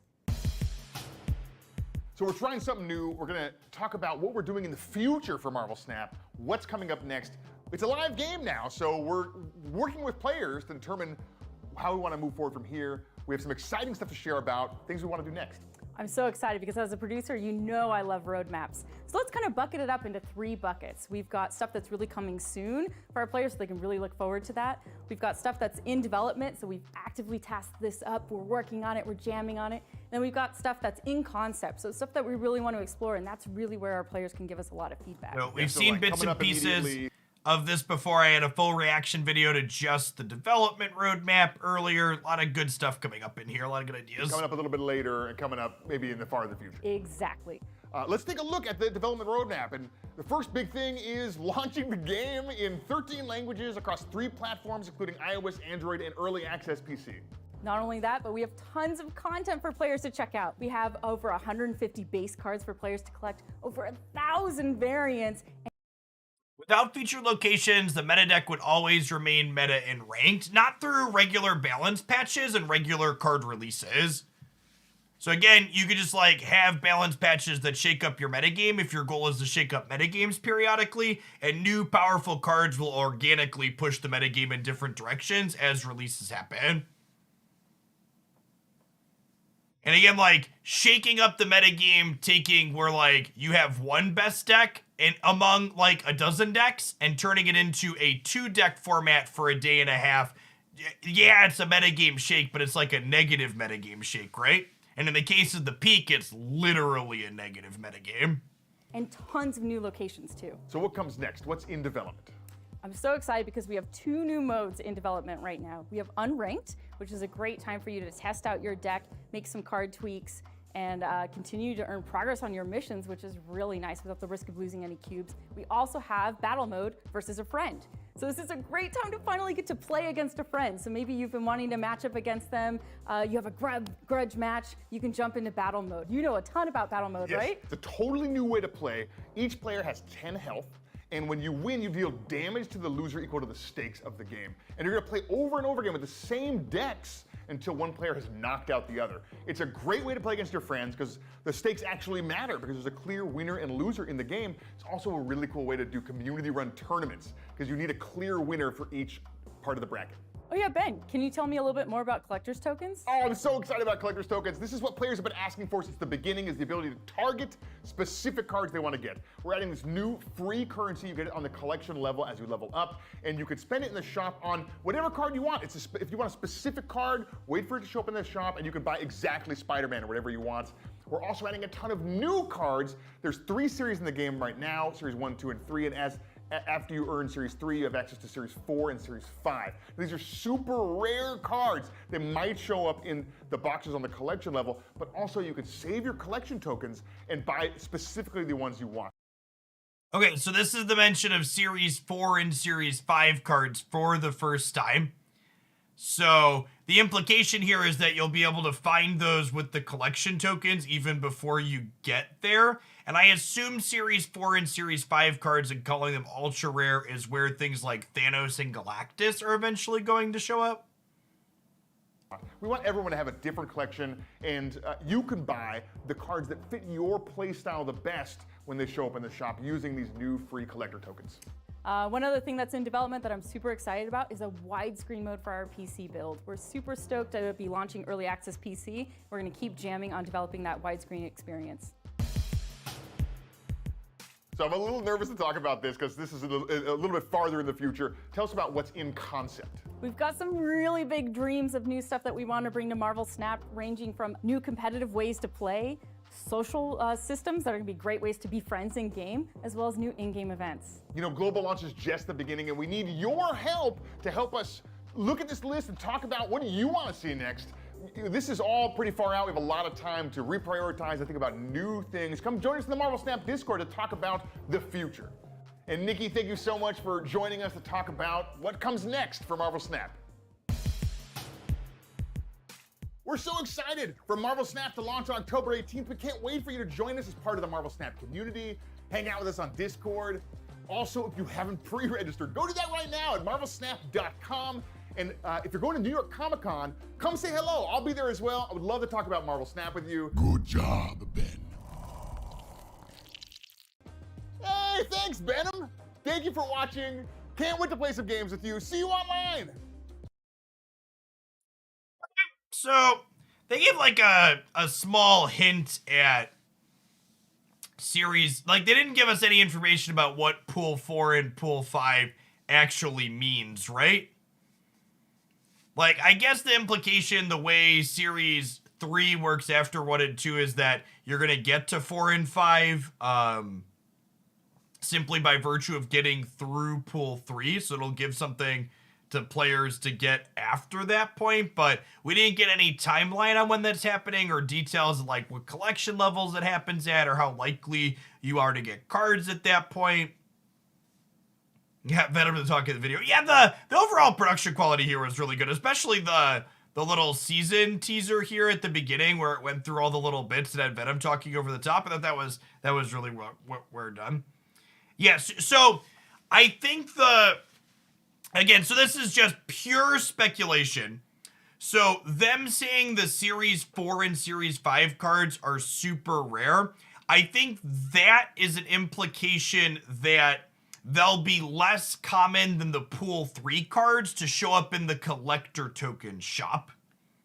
Which again, for people that didn't check out the development roadmap overview video we did, the collector tokens are going to be a thing where every 8 hours a different card shows up in the shop where you could buy it for collector tokens that you will get out of your collection track progress. And if there's a card that shows up in the shop that you don't currently have enough to purchase, you can pin it there to stop it from rotating until you get enough currency to get it. So they're giving people a way to eventually get cards they want specifically, but also because it's not all of them all of the time, they're on an 8-hour rotator, they're also going to use it as a means to get you to log in several times per day, waiting for the card that you actually want to buy to show up there in the meantime. Yes, they actually mentioned that they're going to be reducing and or completely removing boosters from chests. I don't know if they said they were removing them completely, but they definitely mentioned like there being less of them at a minimum in the same breath as the collector token. So I assume like they have to fit something out of the chest to put the collector tokens in. So it sounds like those might be swapping out, which would be a good change. Boosters are definitely the worst thing to get out of there. All right, chat, it is 1:15. I am going to head to bed. I am doing another Marvel Snap live stream here on YouTube tomorrow night. We're going to start about 9 p.m. Central tomorrow evening, so about an hour before I started tonight. We're going to play another Miles Morales deck. I have a viewer deck submission to play through tomorrow night as well, so we're going to get a couple of decks in there. Thanks, everybody, for watching, and hopefully see you back again real soon. Remember, if you haven't done so already and you like my stuff, tap the like button on this video and anything else you watch on the channel to help me get a little bit of engagement to get out to more people. When do you stop getting new cards? I am level 1079. I've not got a new card in 5 collector's chests. The average person will get a full Pool 3 collection currently around level 31 to 3200. You can go at most 9 collector's chests in between getting cards. Typically, you'll go somewhere between 4 and 6 though. But yeah, you'll be collection complete with the current card pool about 31 to 3200. All right, folks, I'm signing off. Peace. Shout out to the 235 people that slammed that like button.